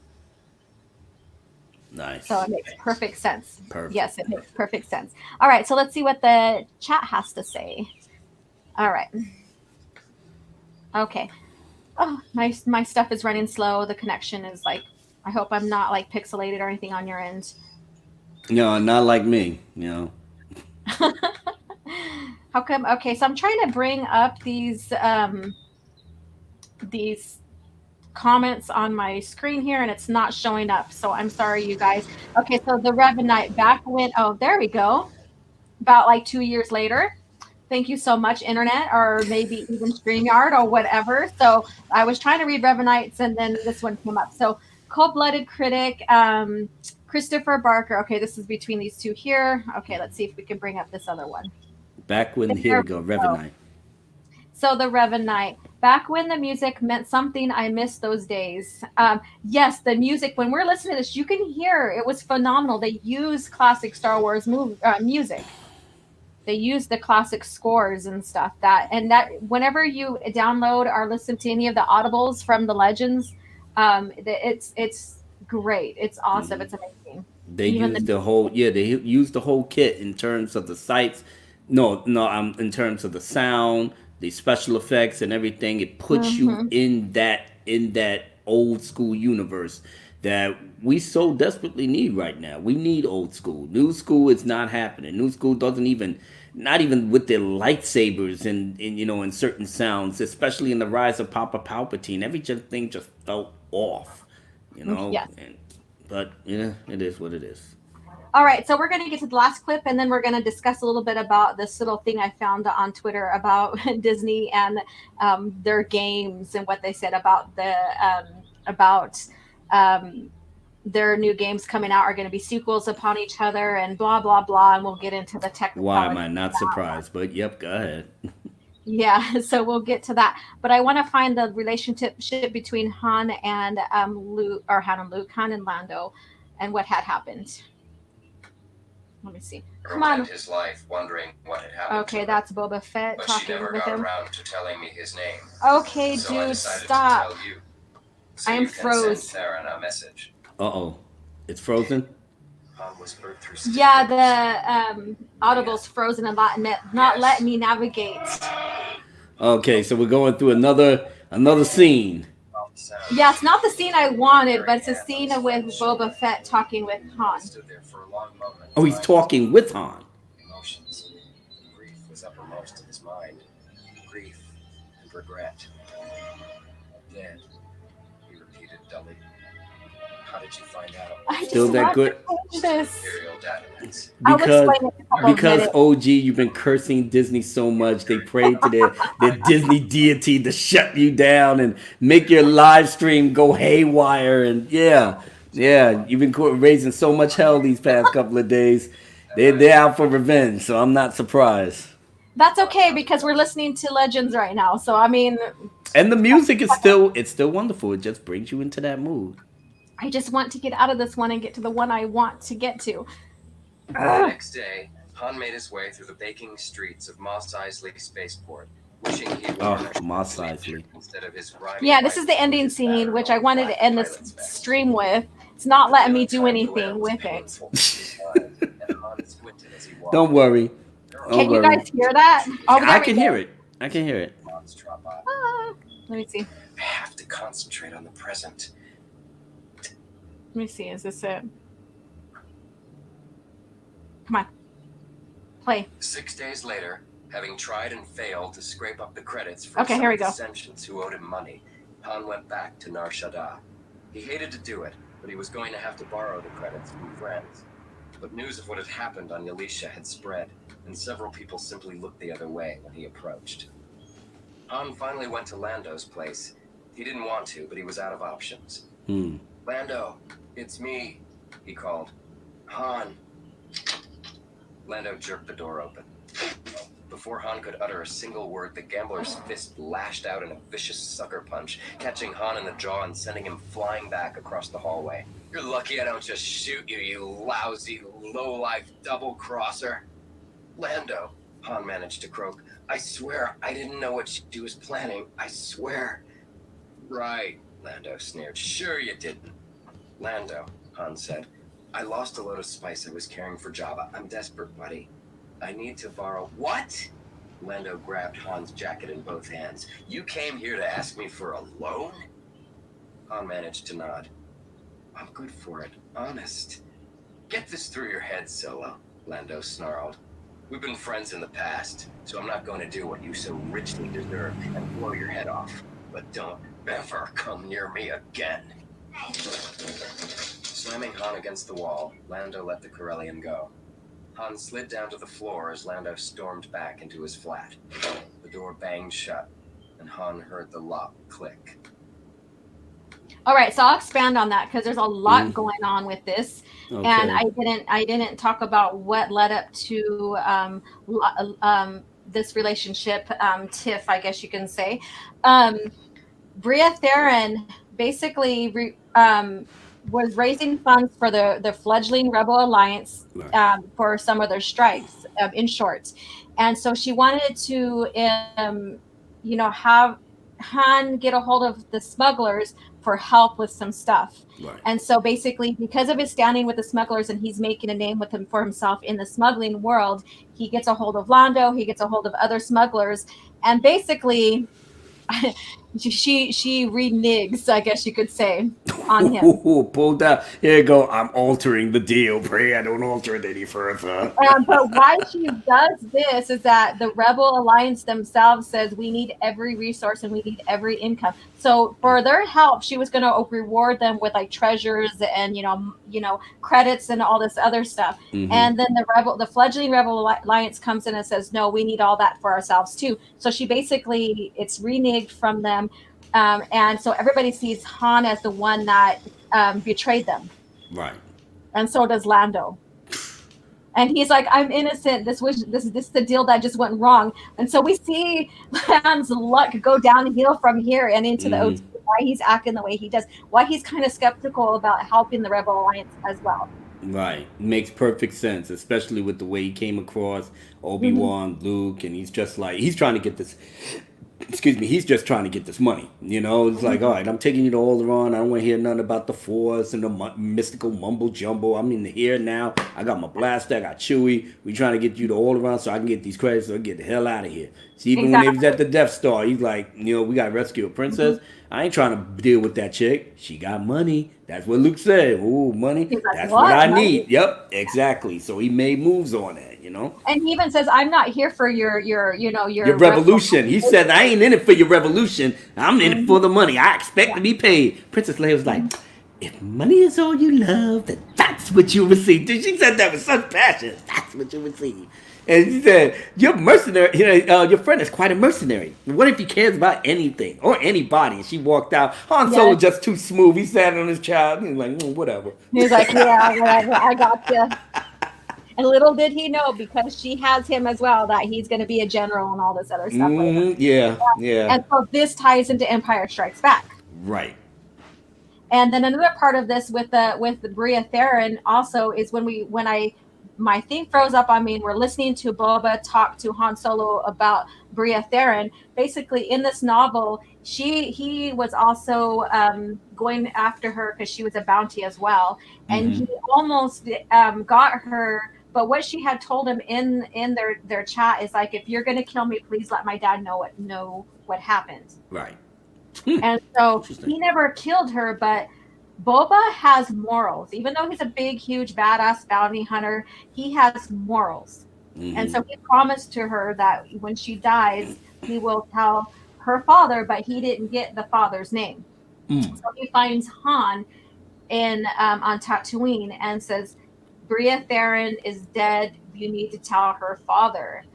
And he goes, at first Han's like, oh shit, there's Boba, and he's like, he's coming for me. And he goes, this is not about business. This is about something else. And this is Mm-hmm. what you need to do for me, Right. because he's a man of his word as well. Right. Right. And so that was that scene right there, is that he tells Han about what happened to Bria, and then Han gets a hold of Bria Theron's family back on Corellia, and they find out what happened with her, or what happened to her. And Okay. so that's what that was about. And there's a lot going on just in this book alone that leads up to the OT. Mm. Okay. It's So like I may almost like have to. a sequel or a prequel to it, even though it's just mostly Han. Okay, well, it's time to cop that and put it in my collection because, like I said, I'm getting ready to go through. I'm not going to do it today, but it's going to be before this weekend is out that I'm going to have my marathon of episodes 1 through 6. So I'm going to pretty much be off Twitter, be off everything, just really get back into what really mattered. I mean, we got our appreciation live stream for your favorite Return of the Jedi, and that's on the 23rd. So we're Yes. plugging it right now. It'll be on the 23rd, which is a Saturday night at 8 p.m. Eastern Standard Time. OG Mara J will be a part of the channel.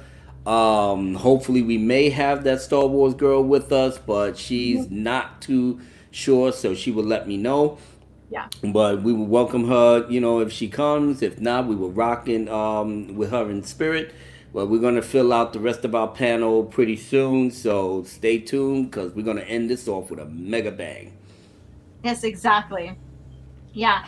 And again, Return of the Jedi is my favorite out of the OT, although I cherish every single movie. I Mm-hmm. like the end because I like that everything's coming to a conclusion and we see Luke Skywalker as a Jedi. We see Anakin redeemed, and that's all I'm going to say. I'll go Mm-hmm. further on that in Nope, that. save all your best stuff for the live stream. So I'm Yeah. excited, even though I'm having you on my panel. I'm so excited to know what you're going to be dropping on that night. So it's gonna be great.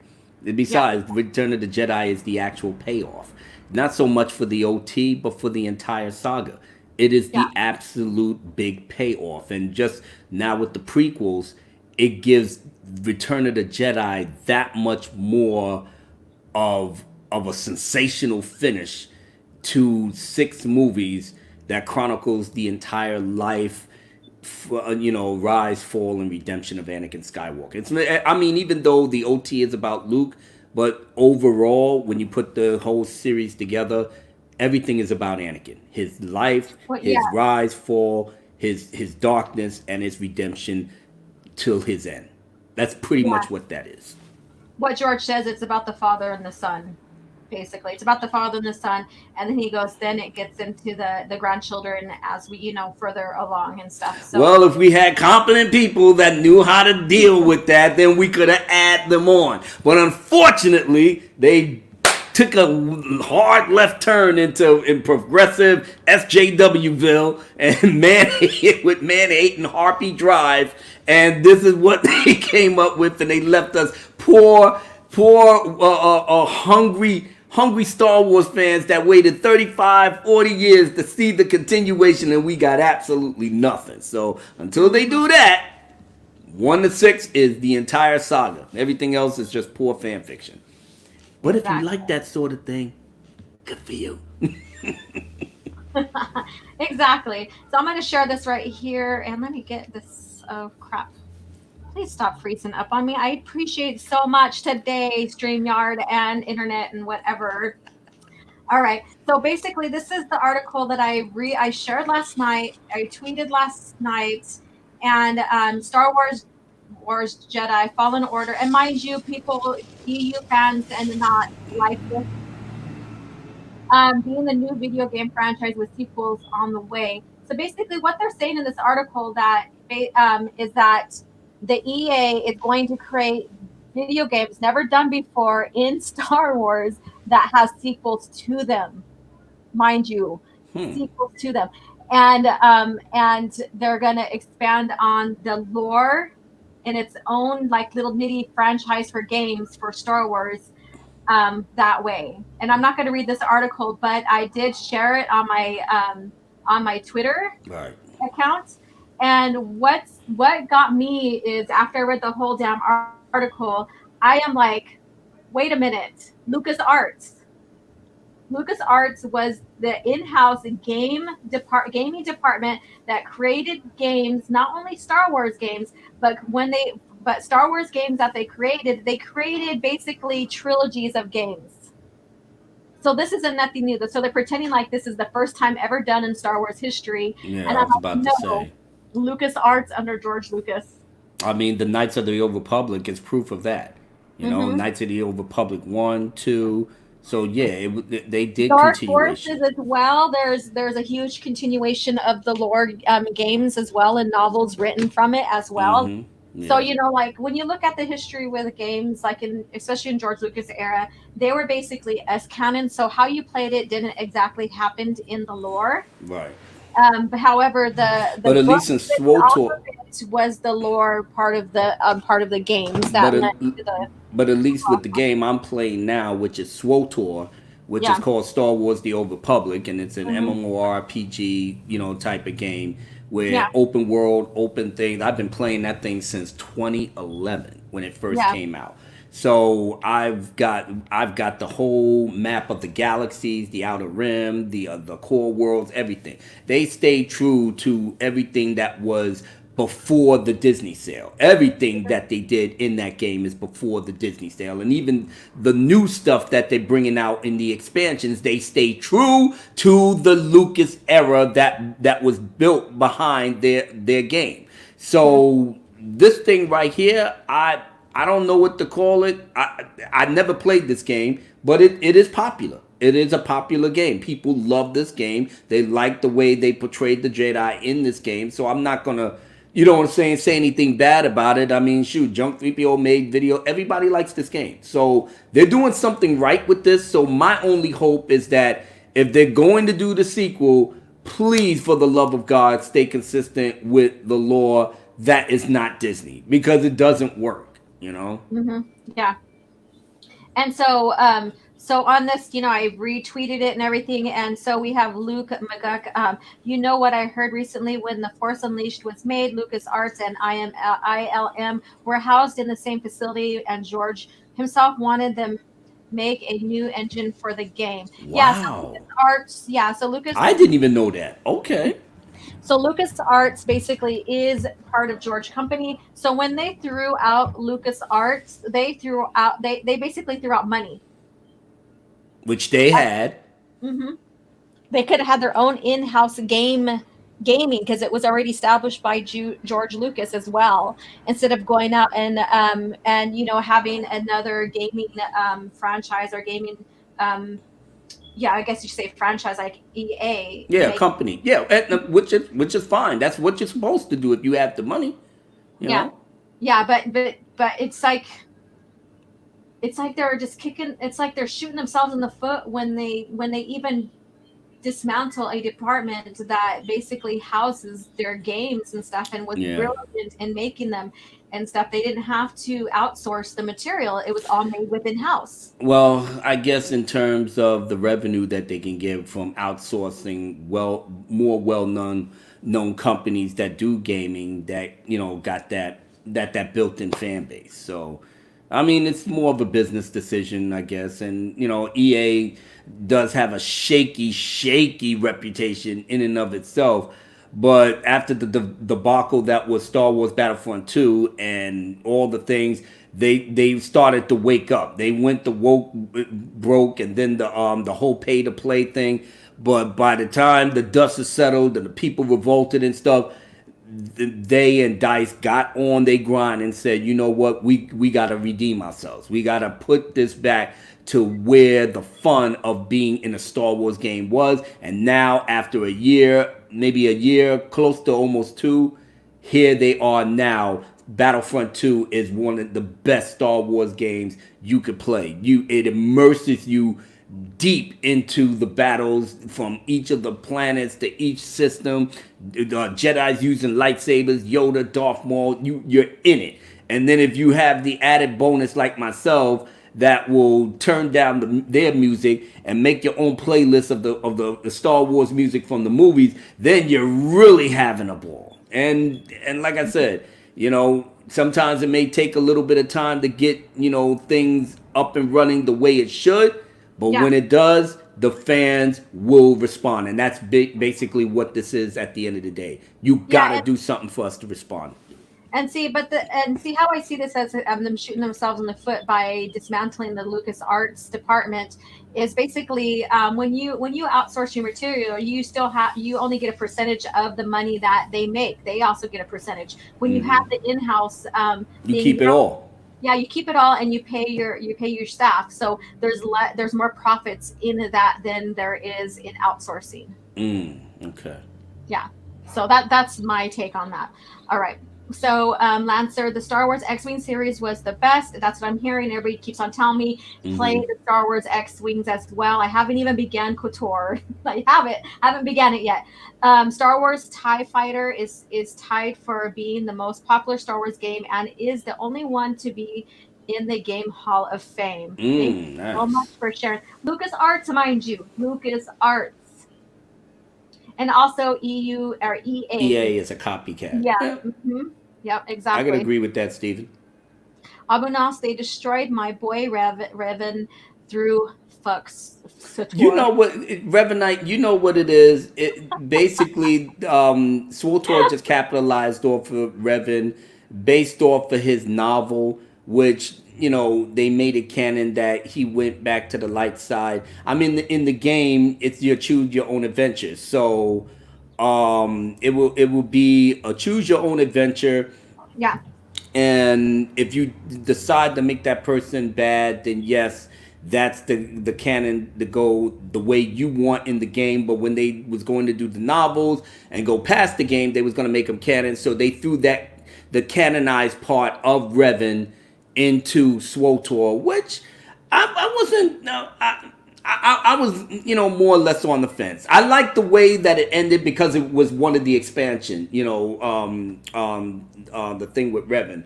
And it followed the storyline of his followers, trying to bring Revan back. And then now it was a thing between, well, was that the real Revan or was it, an imposter? And then, of course, because he had that relationship with Bastila Shan in the novel and in the original Knights of the Old Republic, KOTOR, then they had, their descendant,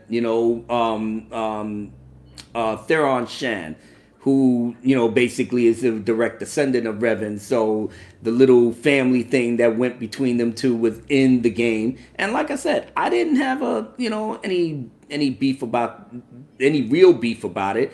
I like the way it ended, but they got a little choppy in some of the sequences. So I can understand how Revanite feels about that, and I can't hate on that either. Yeah. And Chris Boyd has a question for you. Abu, will Stephanie Janazek be a part of? Yeah, I'm gonna try to get her on that panel too. So I mean, cause she, I didn't even get the caller like I should have had, and that was my fault because I got wrapped up in some of the other stuff. So it was not even in my head. So when she told me, because Han Solo is her man, that is her baby. So I kind of figured, yeah, I need to at least get her on here for Jedi. So I'm gonna reach out to her and see if she'll be available. So we still got 2 more people we gotta put on to the panel as well. So yeah, it's gonna be a stacked panel for the Return of the Jedi. So be there, be square. as respectfully it should be. So we have Steven Saucedo, EA, if you're going to do a sequel to the game, do it right. Exactly. Mm-hmm.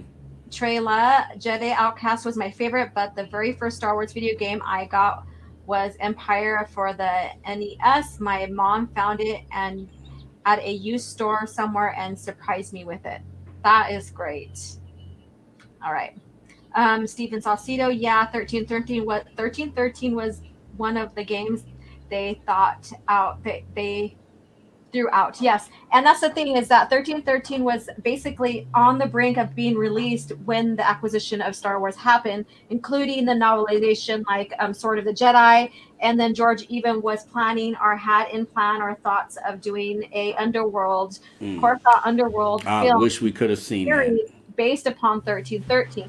So you can't say that George wasn't trying to keep continuity in his even with the EU and was not involved with the EU within his own property. He was highly involved with it, no matter how little, whether he was establishing lore rules and what the writers or whatever who are going to expand on it, even Filoni, whoever's going to expand on it had to follow, or if he was fully involved with like some sort of planning or in between. He created this, and he's the only IP, the only franchise ever to have a consistent lore of history in a single franchise that really didn't have any reboots.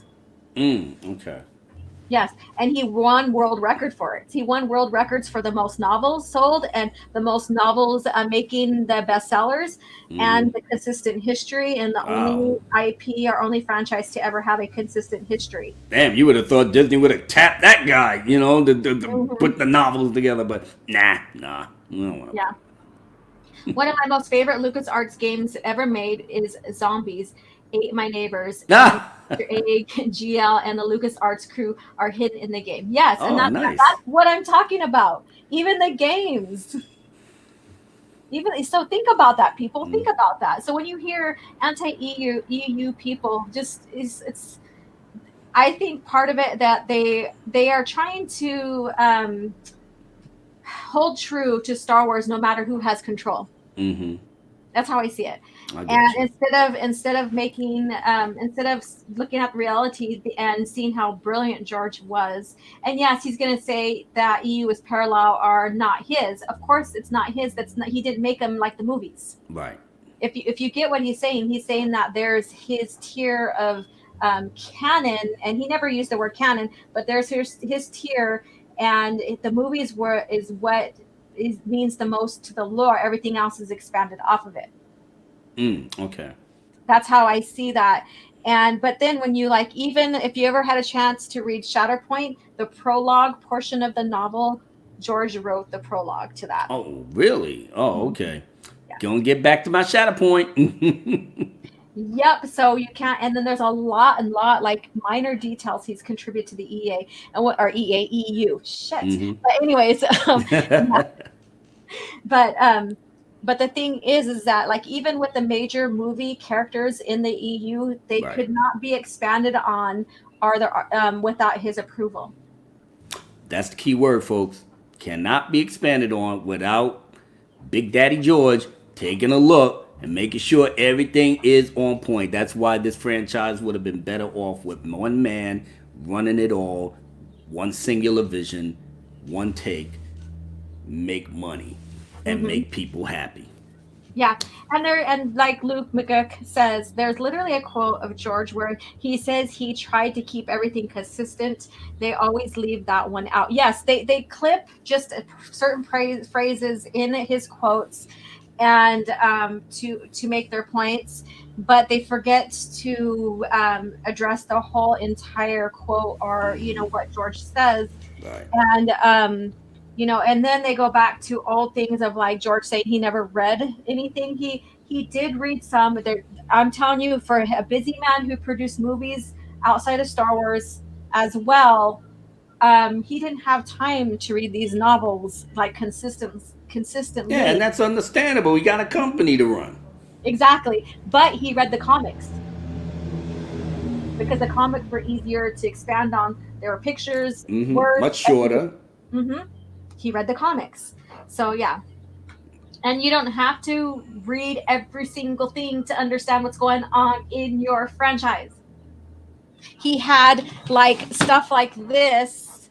This is just the reader's companion, but basically he had basically a book of all the lore, everything at his hand to make sure he had everything in front of him to understand what's going on and where. People that wrote books, novels, comic books about the character, the universe that he built, but they helped them build it. They helped them expand on it. Mhm. So as a creator, I mean, I wish I would have that type of luck. I'm making my own mythology. I built it from the ground up. And this is something I'm going to do for my members once I get my membership thing going for my channel.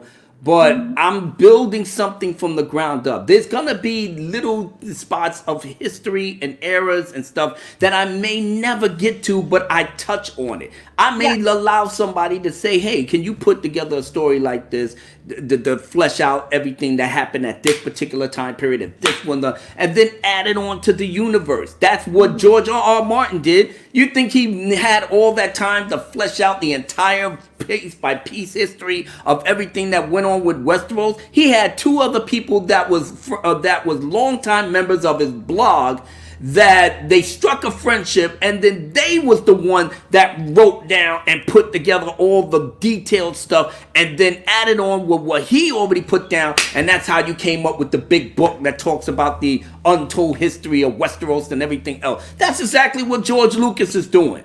And he's doing it knowing that these people did it for love of his characters, of his universe, of everything he put together, and the movies. I would love to put something together. Well, actually, I did, but I did it with a few other my friends. But that'll be something for my membership, when I put it together. Patreon and all that. You need to get on that, Abu. You need to make your Patreon and stuff. I need to make. Actually, I do have a Patreon. I never opened it up yet, but yeah, I Okay. have one. I'm a boomer. Sometimes certain things just bad. I like sleeping now more than ever, and just be in my little rocking chair and just what's going on with these young kids today, and So I'm gonna get on the ball. Don't worry. As a matter of fact, I'm gonna try to do a quick video sometime this weekend. I'm just waiting on my brother Fatal J to hook me up, but I do want to make that announcement because I do have plans for my channel that I've been, and another thing, OG, I've been trying to keep on top of my health as well. So yeah, that's the most important thing right there. yeah. And I'm going to expand on George Lucas what he said as well. He even said that the stories that that are being told now wasn't his to be told, and that he thinks they're brilliant.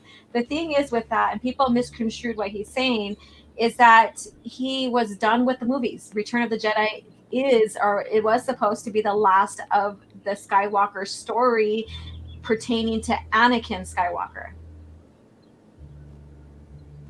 And then the rest of it, like he said, was going to be Luke and the grandchildren, their kids, his and Leia's kids. And you can still have the grandchildren and stuff with Luke rebuilding the Jedi Order as Yoda told him, pass on what you have learned.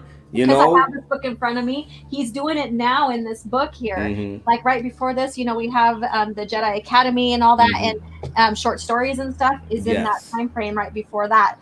And so he's training his niece and nephew and nephews, and he's training like Kyle Katarn and all them, and so he's already reestablished the order by the time this novel came out. And it's brilliant. We still see him with struggles, trials and tribulations, with successes, failures, all of that, because he's not necessarily OP and he's not a Mary Sue. Right. He is a character that is learning and reestablishing something that was basically almost on the brink of extinction. Yeah. Because of Palpatine. Yep, and then on top of that, he was still growing more and more powerful. So there, by the time everything was really up and running, you have a great number of Jedis in the Order. Now they're training students. He's the Grand Master of the Jedi Order, and even then, by the time Legacy of the Force came, he was really trying to steer the Jedi, just like the Jedi of old, steer them away from the politics that's been going on. Keep that separate and keep that out of Jedi affairs.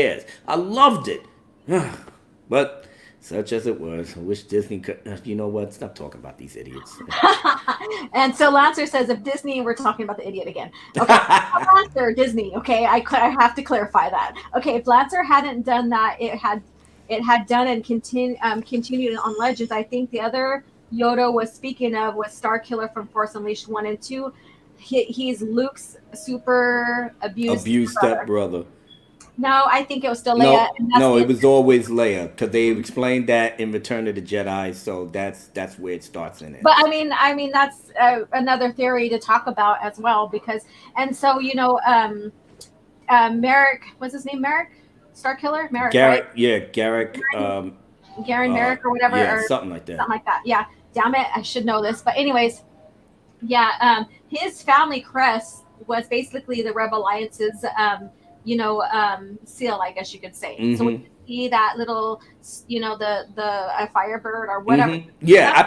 I played the first game, so yeah, Mhm, that the Rebel Alliance logo was something of his crest, and Bail mhm, Organa and Leia kind of like scratched it off, and that's how they got the inspiration because of yeah, what he did towards the end of the game. They said, yeah, we're gonna use that as the logo, which is yeah, cool. yeah. So Trayla, damn kids, get off Abu's lawn. That was the little That will be me. Trust me, that will be me in the coming years to come. He's like, get off my lawn. Get You got off your my little, lawn. you Yeah, got your exactly. rifle next to you, and You you're walking around you your got patio. that Get off my Disney lawn.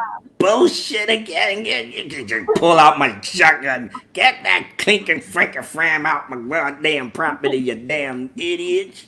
Yeah, that's exactly where I'm gonna be. Yeah. So pretty soon I'll be on live stream with Abu Nas, and we'll be seeing him coming out badass. Um, Jedi. This is from Return of the Jedi Yeah, I scene. love it. The palace. I painted this. It's finished, huh? Yes, it's finished. Oh, nice. It's been finished. Yep. I have prints for sale. Right. So yeah. Oh, good. Okay. Yeah.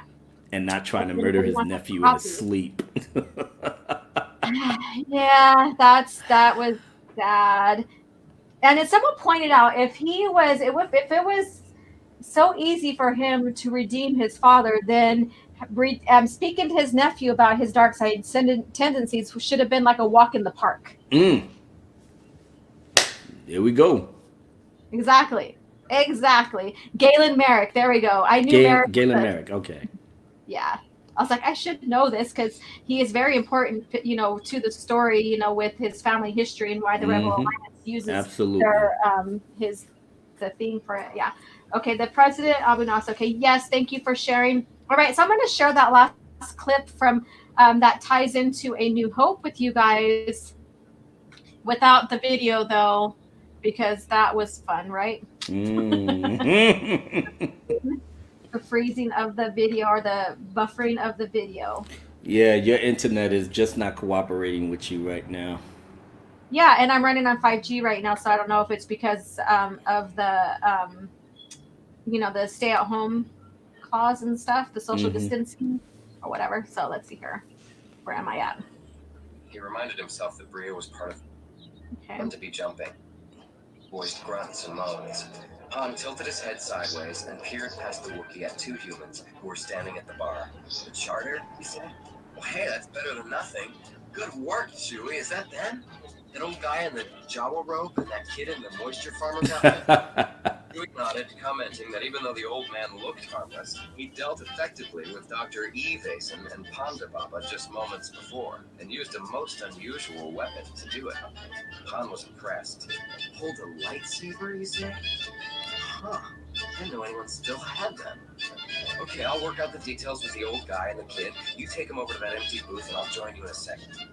Han paused for a moment to check out Chalmers as Chewbacca ushered their prospective customers over to the corner table. Then he started across the crowded cantina where Chewie, the old man, and the boy sat waiting. The beginning. Ah, The nice. beginning. Pivotal That's moment beautiful. there. That's the way you end the story. That's Yes, the way you do that. exactly. So I Very encourage nice. everyone go watch A New Hope now.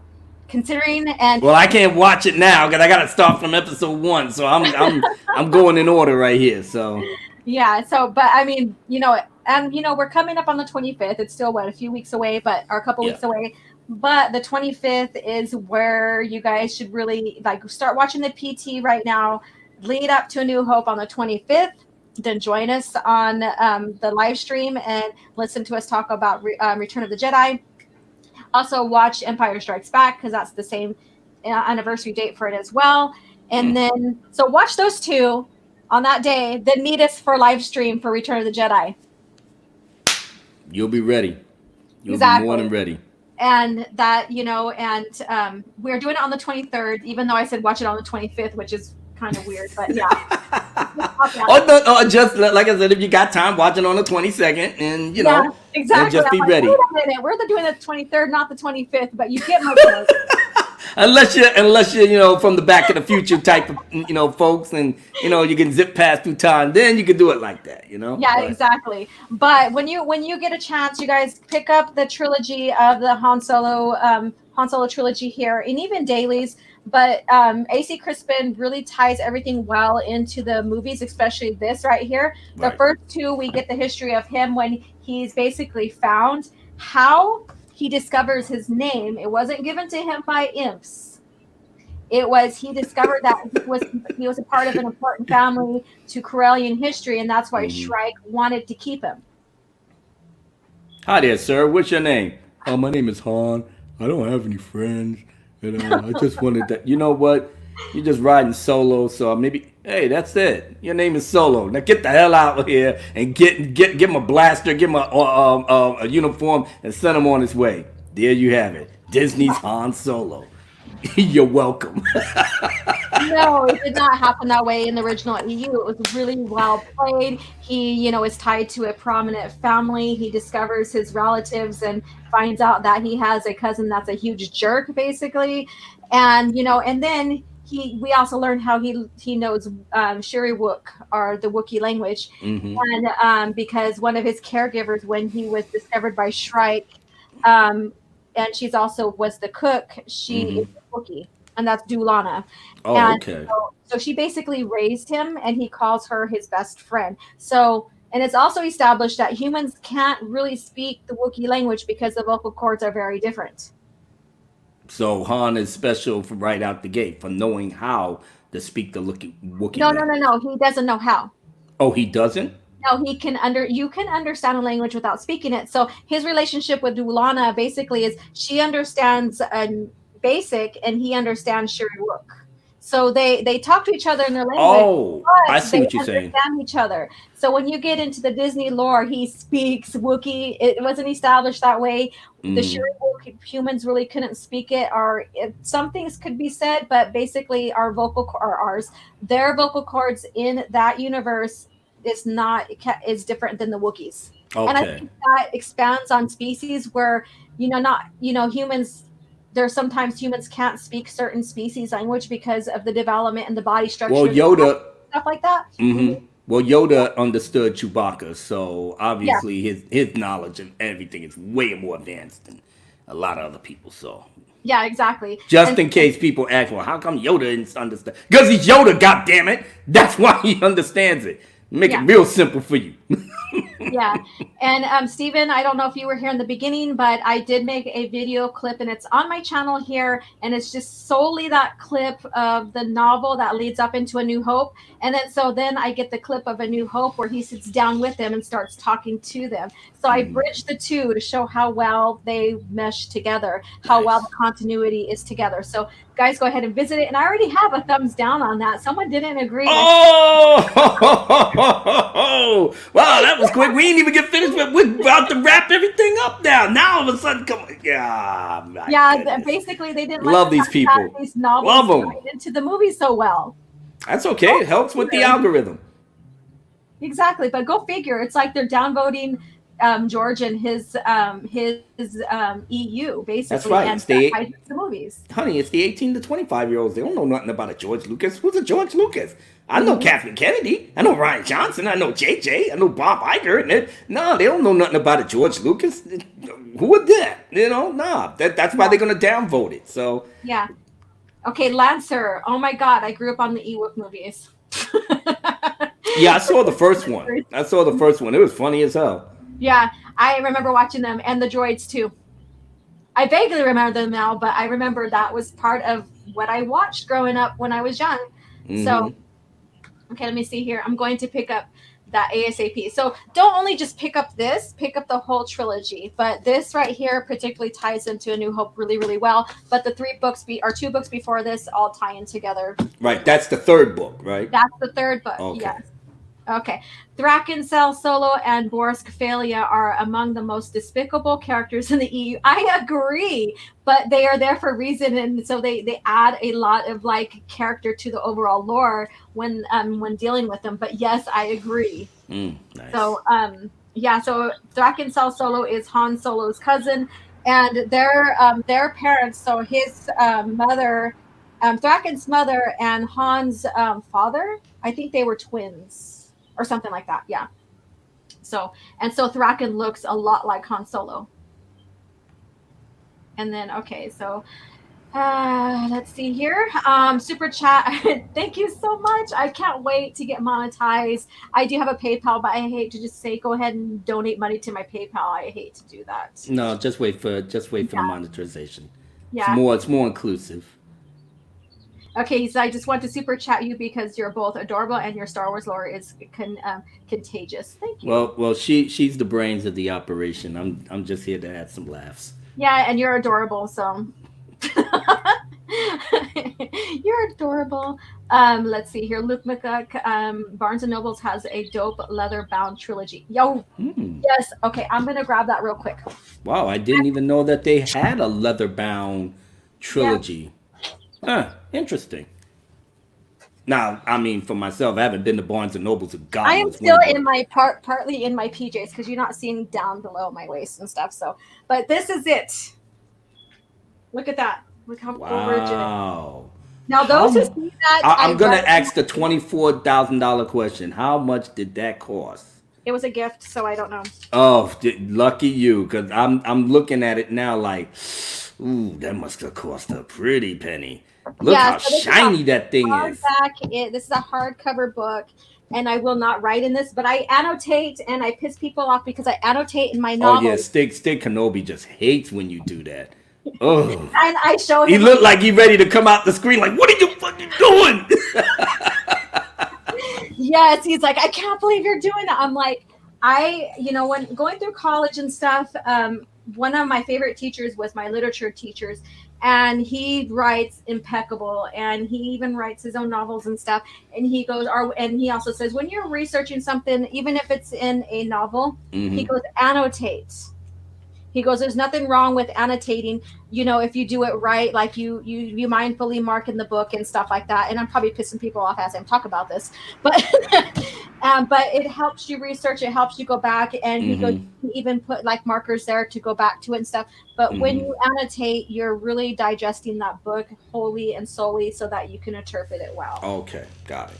And so it's not necessarily drawing in the book or anything. I'm not defacing it. I'm just marking areas where I feel like you can come back to make certain very valuable points to bring. But I won't do it in here. This is too beautiful. Oh, look at the inside. Look how shiny that thing is. Look at that. Isn't that gorgeous? Yeah, it is. Wow. Yes. It is gorgeous. So I won't do it in here. And this is all three. This is all of the Han Solo trilogy from A.C. Crispin. Paradise Snare, The Hutt Gambit, and Rebel Dawn. Nice. Okay. Look at Jabba. Look at that. And Boba Fett. Yeah, mainstays in Han Solo's life and career. So the Han Solo trilogy. Okay. Awesome stuff. That's amazing. Yeah, so this was a gift, and so if you're gonna do all the lines and all of that, save it for the soft cover book, right? And then tell Stig Kenobi, like, listen, bruh, let me use the soft cover novel. Here's the real novel, the nice hardcover. We're not gonna touch that, okay? Got no reason to be upset and ready to go to war. Exactly. Yeah, and I also show him again just to tease the hell out of him. And Oh, see, you just like just poking the bear. That's your yes, thing. I am. I'm just poking the bear. But we talked about it before. And he, in the beginning, he says I don't see nothing wrong with it, but I just don't prefer it. He says. Yeah. So we have discussed it. We're just doing banter between each other now. Oh yeah, of course I know. Exactly. So it's fun. But this next book I'm doing for next week is this one, as I said, Survivor's Quest. This ties back to Outbound Flight. And so I'm going to do a plug for the Readers Club for that. Okay. We are reading Outbound Flight. And that's within the PT era of Star Wars. And Luke and Obi-Wan's in it as well. Mm-hmm. Not Luke, I'm sorry. Shit. Anakin. Wrong. Skywalker. But but it has Anakin and Obi-Wan in it as well. So then this right here, I considered almost like a prequel or sequel to it.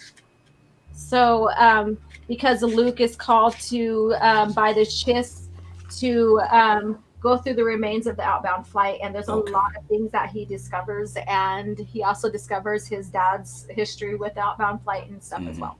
All right. Yeah. Again, continuity. Preach to the choir, cause I'm with you with that. I'm just letting everybody know who watches this who is going to give me a thumbs down for this coffee Oh well, chat. you're gonna get a couple more thumbs down before this day is out.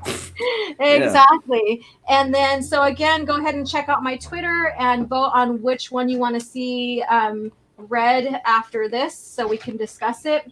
So I have that on Twitter. I'm going to share the link as well. Go ahead and go subscribe to Abu Nas's channel if you haven't already. Show him some love. And then go check out my merch. Show me some love. Every bit helps. So far, the standings for is the Corellian trilogy is at 41.9. Millennium Falcon has 27.9% of votes. Tatooine Ghost is at 16.3%, and Daly's Han Solo trilogy is at 14%, which I'm kind of surprised. So let's see here. Yeah. All right. So Abu Nasr, what you learned from what I shared with the Rebel Dawn novel out of the Han Solo trilogy, what's your take on it? Go ahead and Oh, share. I absolutely love it. You know why? Because from what we got from the solo movie, wasn't even halfway entertaining than just sitting by and listening to these audible books really brings you into that whole scene by using the Star Wars music, the special effects that brings you deep into the OT lore.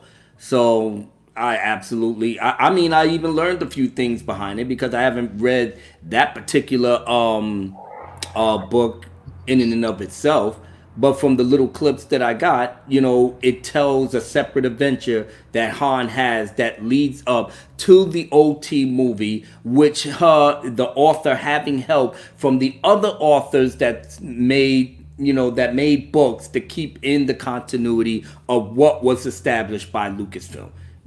I mean, you can't get no better than that. Yeah. And those old school authors really did their homework, really, followed George's vision, and even had the maker, like I said, be a part of their whole process. So by the time they started writing, everybody was on page. So yeah, Rebel Dawn, that's A+ entertainment.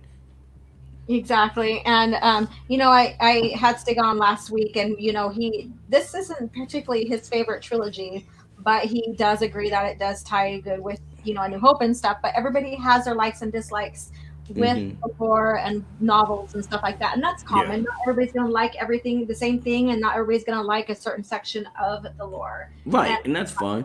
just You like not know. everybody's gonna like, like everybody. I'm like in the minority when it comes liking the Return of the Jedi. Everybody gears towards more Empire Strikes Back or even the A New Hope. Me, I already stated why, and I'll let you guys know more about why when we have the show. That But that that tells you don't miss the live stream, folks. exactly, and so there's a lot of reasons why I like Return of the Jedi, just like there's a lot of reason in the PT I love Revenge of the Sith. So I like Hmm. the ending of the trilogy of the trilogies. Hmm. So they're just phenomenal. So that's my story, and I'm sticking to it. All right. Lancer, don't forget everyone, Aliens and Aliens versus Predator. Oh, that's right. Almost as much as amazing games, novels, and comics, and Disney is gonna likely scrap all that just like they did Star Wars EU. Yeah, Lancer, so don't be surprised. Do Yeah, not be surprised. That way it lessens the pain. Just yeah, know that you'll be angry, but it lessens the pain. You said, okay, I saw it coming. Yeah. yeah. So Trayla, I've annotated. I've done it with things like Hamlet and Opidius. Yes, and again, there's nothing wrong with it. I mean, it's if it's done tastefully and all that, then it's nothing. There's nothing wrong with that. And I'm going to read this. This is very interesting, and then we're going to start closing out. I could stay on here for another 45 minutes, but This is your bread and butter, sweetheart, so it's I not a know, but I have surprise. I have ish to do, and I'm tired. All right, so I'm gonna. This is gonna be a spoiler for next week. Okay, so I'm gonna read this. You're spoiling them for next week already? This is a spoiler. Oh. Yeah, get you guys excited because Okay. we have one of our beloved female characters that Disney Star Wars says we never had. Yeah. All right, and but I digress. All right, so this is Luke, thinking about the Jedi Order in the past and what he could possibly find on the outbound flight, and also this is also pertaining to his marriage and about the Jedi Order of the past and what Yoda has told him. So basically, Yoda has basically told him about the rules from the Jedi of the Order of the past, and so he contemplates: could Yoda have been wrong about how Jedi relationships were supposed to work? That was the easiest answer, but that would mean that the entire Jedi Order had been wrong about it. That didn't seem likely unless, on some level, all of them had lost the ability to hear the Force clearly. Could that particular dictum have ended with a fall of the particular group then? Yoda had also said something about the Force having been brought back into balance. And though he'd been somewhat vague about the details, could this have been rendered that part of the Jedi Code no longer applicable? So basically, what he's saying is, could the could him redeeming the Jedi Order now and what happened in the past now, could he could that not apply to them today, basically, of marriages and attachments with marriage? Mm. Something to think about, Yeah. and looking back at Anakin's history, and the reason why he went to the dark side was basically to save his wife, and he couldn't, in a sense, really get counsel on that because of the way they thought about marriage. And the ironic part is that Obi-Wan went through the same thing, with Sabine, Hmm. and he did profess his love to her, but he also had a love life even back when he was with the other Padawan.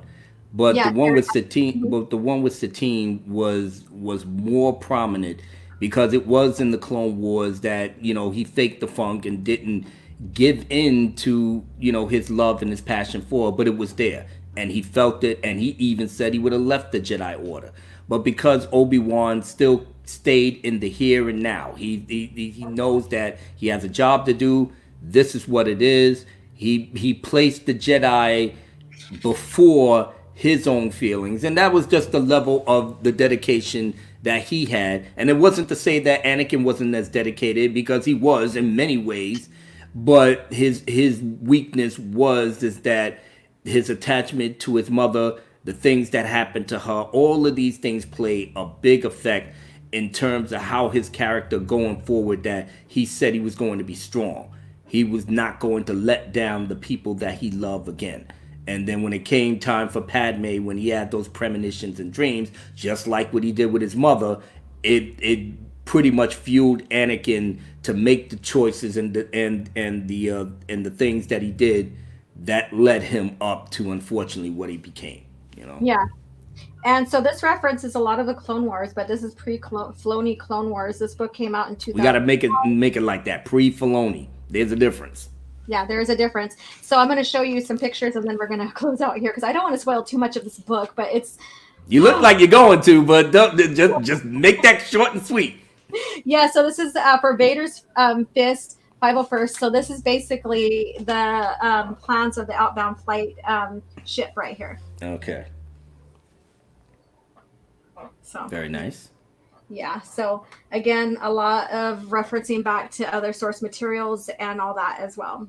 Comics, everything. Got it. So yeah. All right, you guys. So thank you so much, Abu Nas, for joining me in this Thank you. discussion here, and being open to learn more about the Han Solo trilogy and Han Solo himself as well. It's Yeah, all good. I really enjoyed myself. Yeah, and just like I said, I've learned something new myself. Like I said, old heads might like myself can learn something new every time you come on to an OG Star Wars Legend Gals production and just sit there Yeah, and just Legend Style Productions. See that yep, up there? and just absorb all that good EU lore that we've been missing, that we haven't even had a chance to embrace since Disney bought the franchise. And this is our place to get it. They're here, Lord Callis, Lethal Lightning.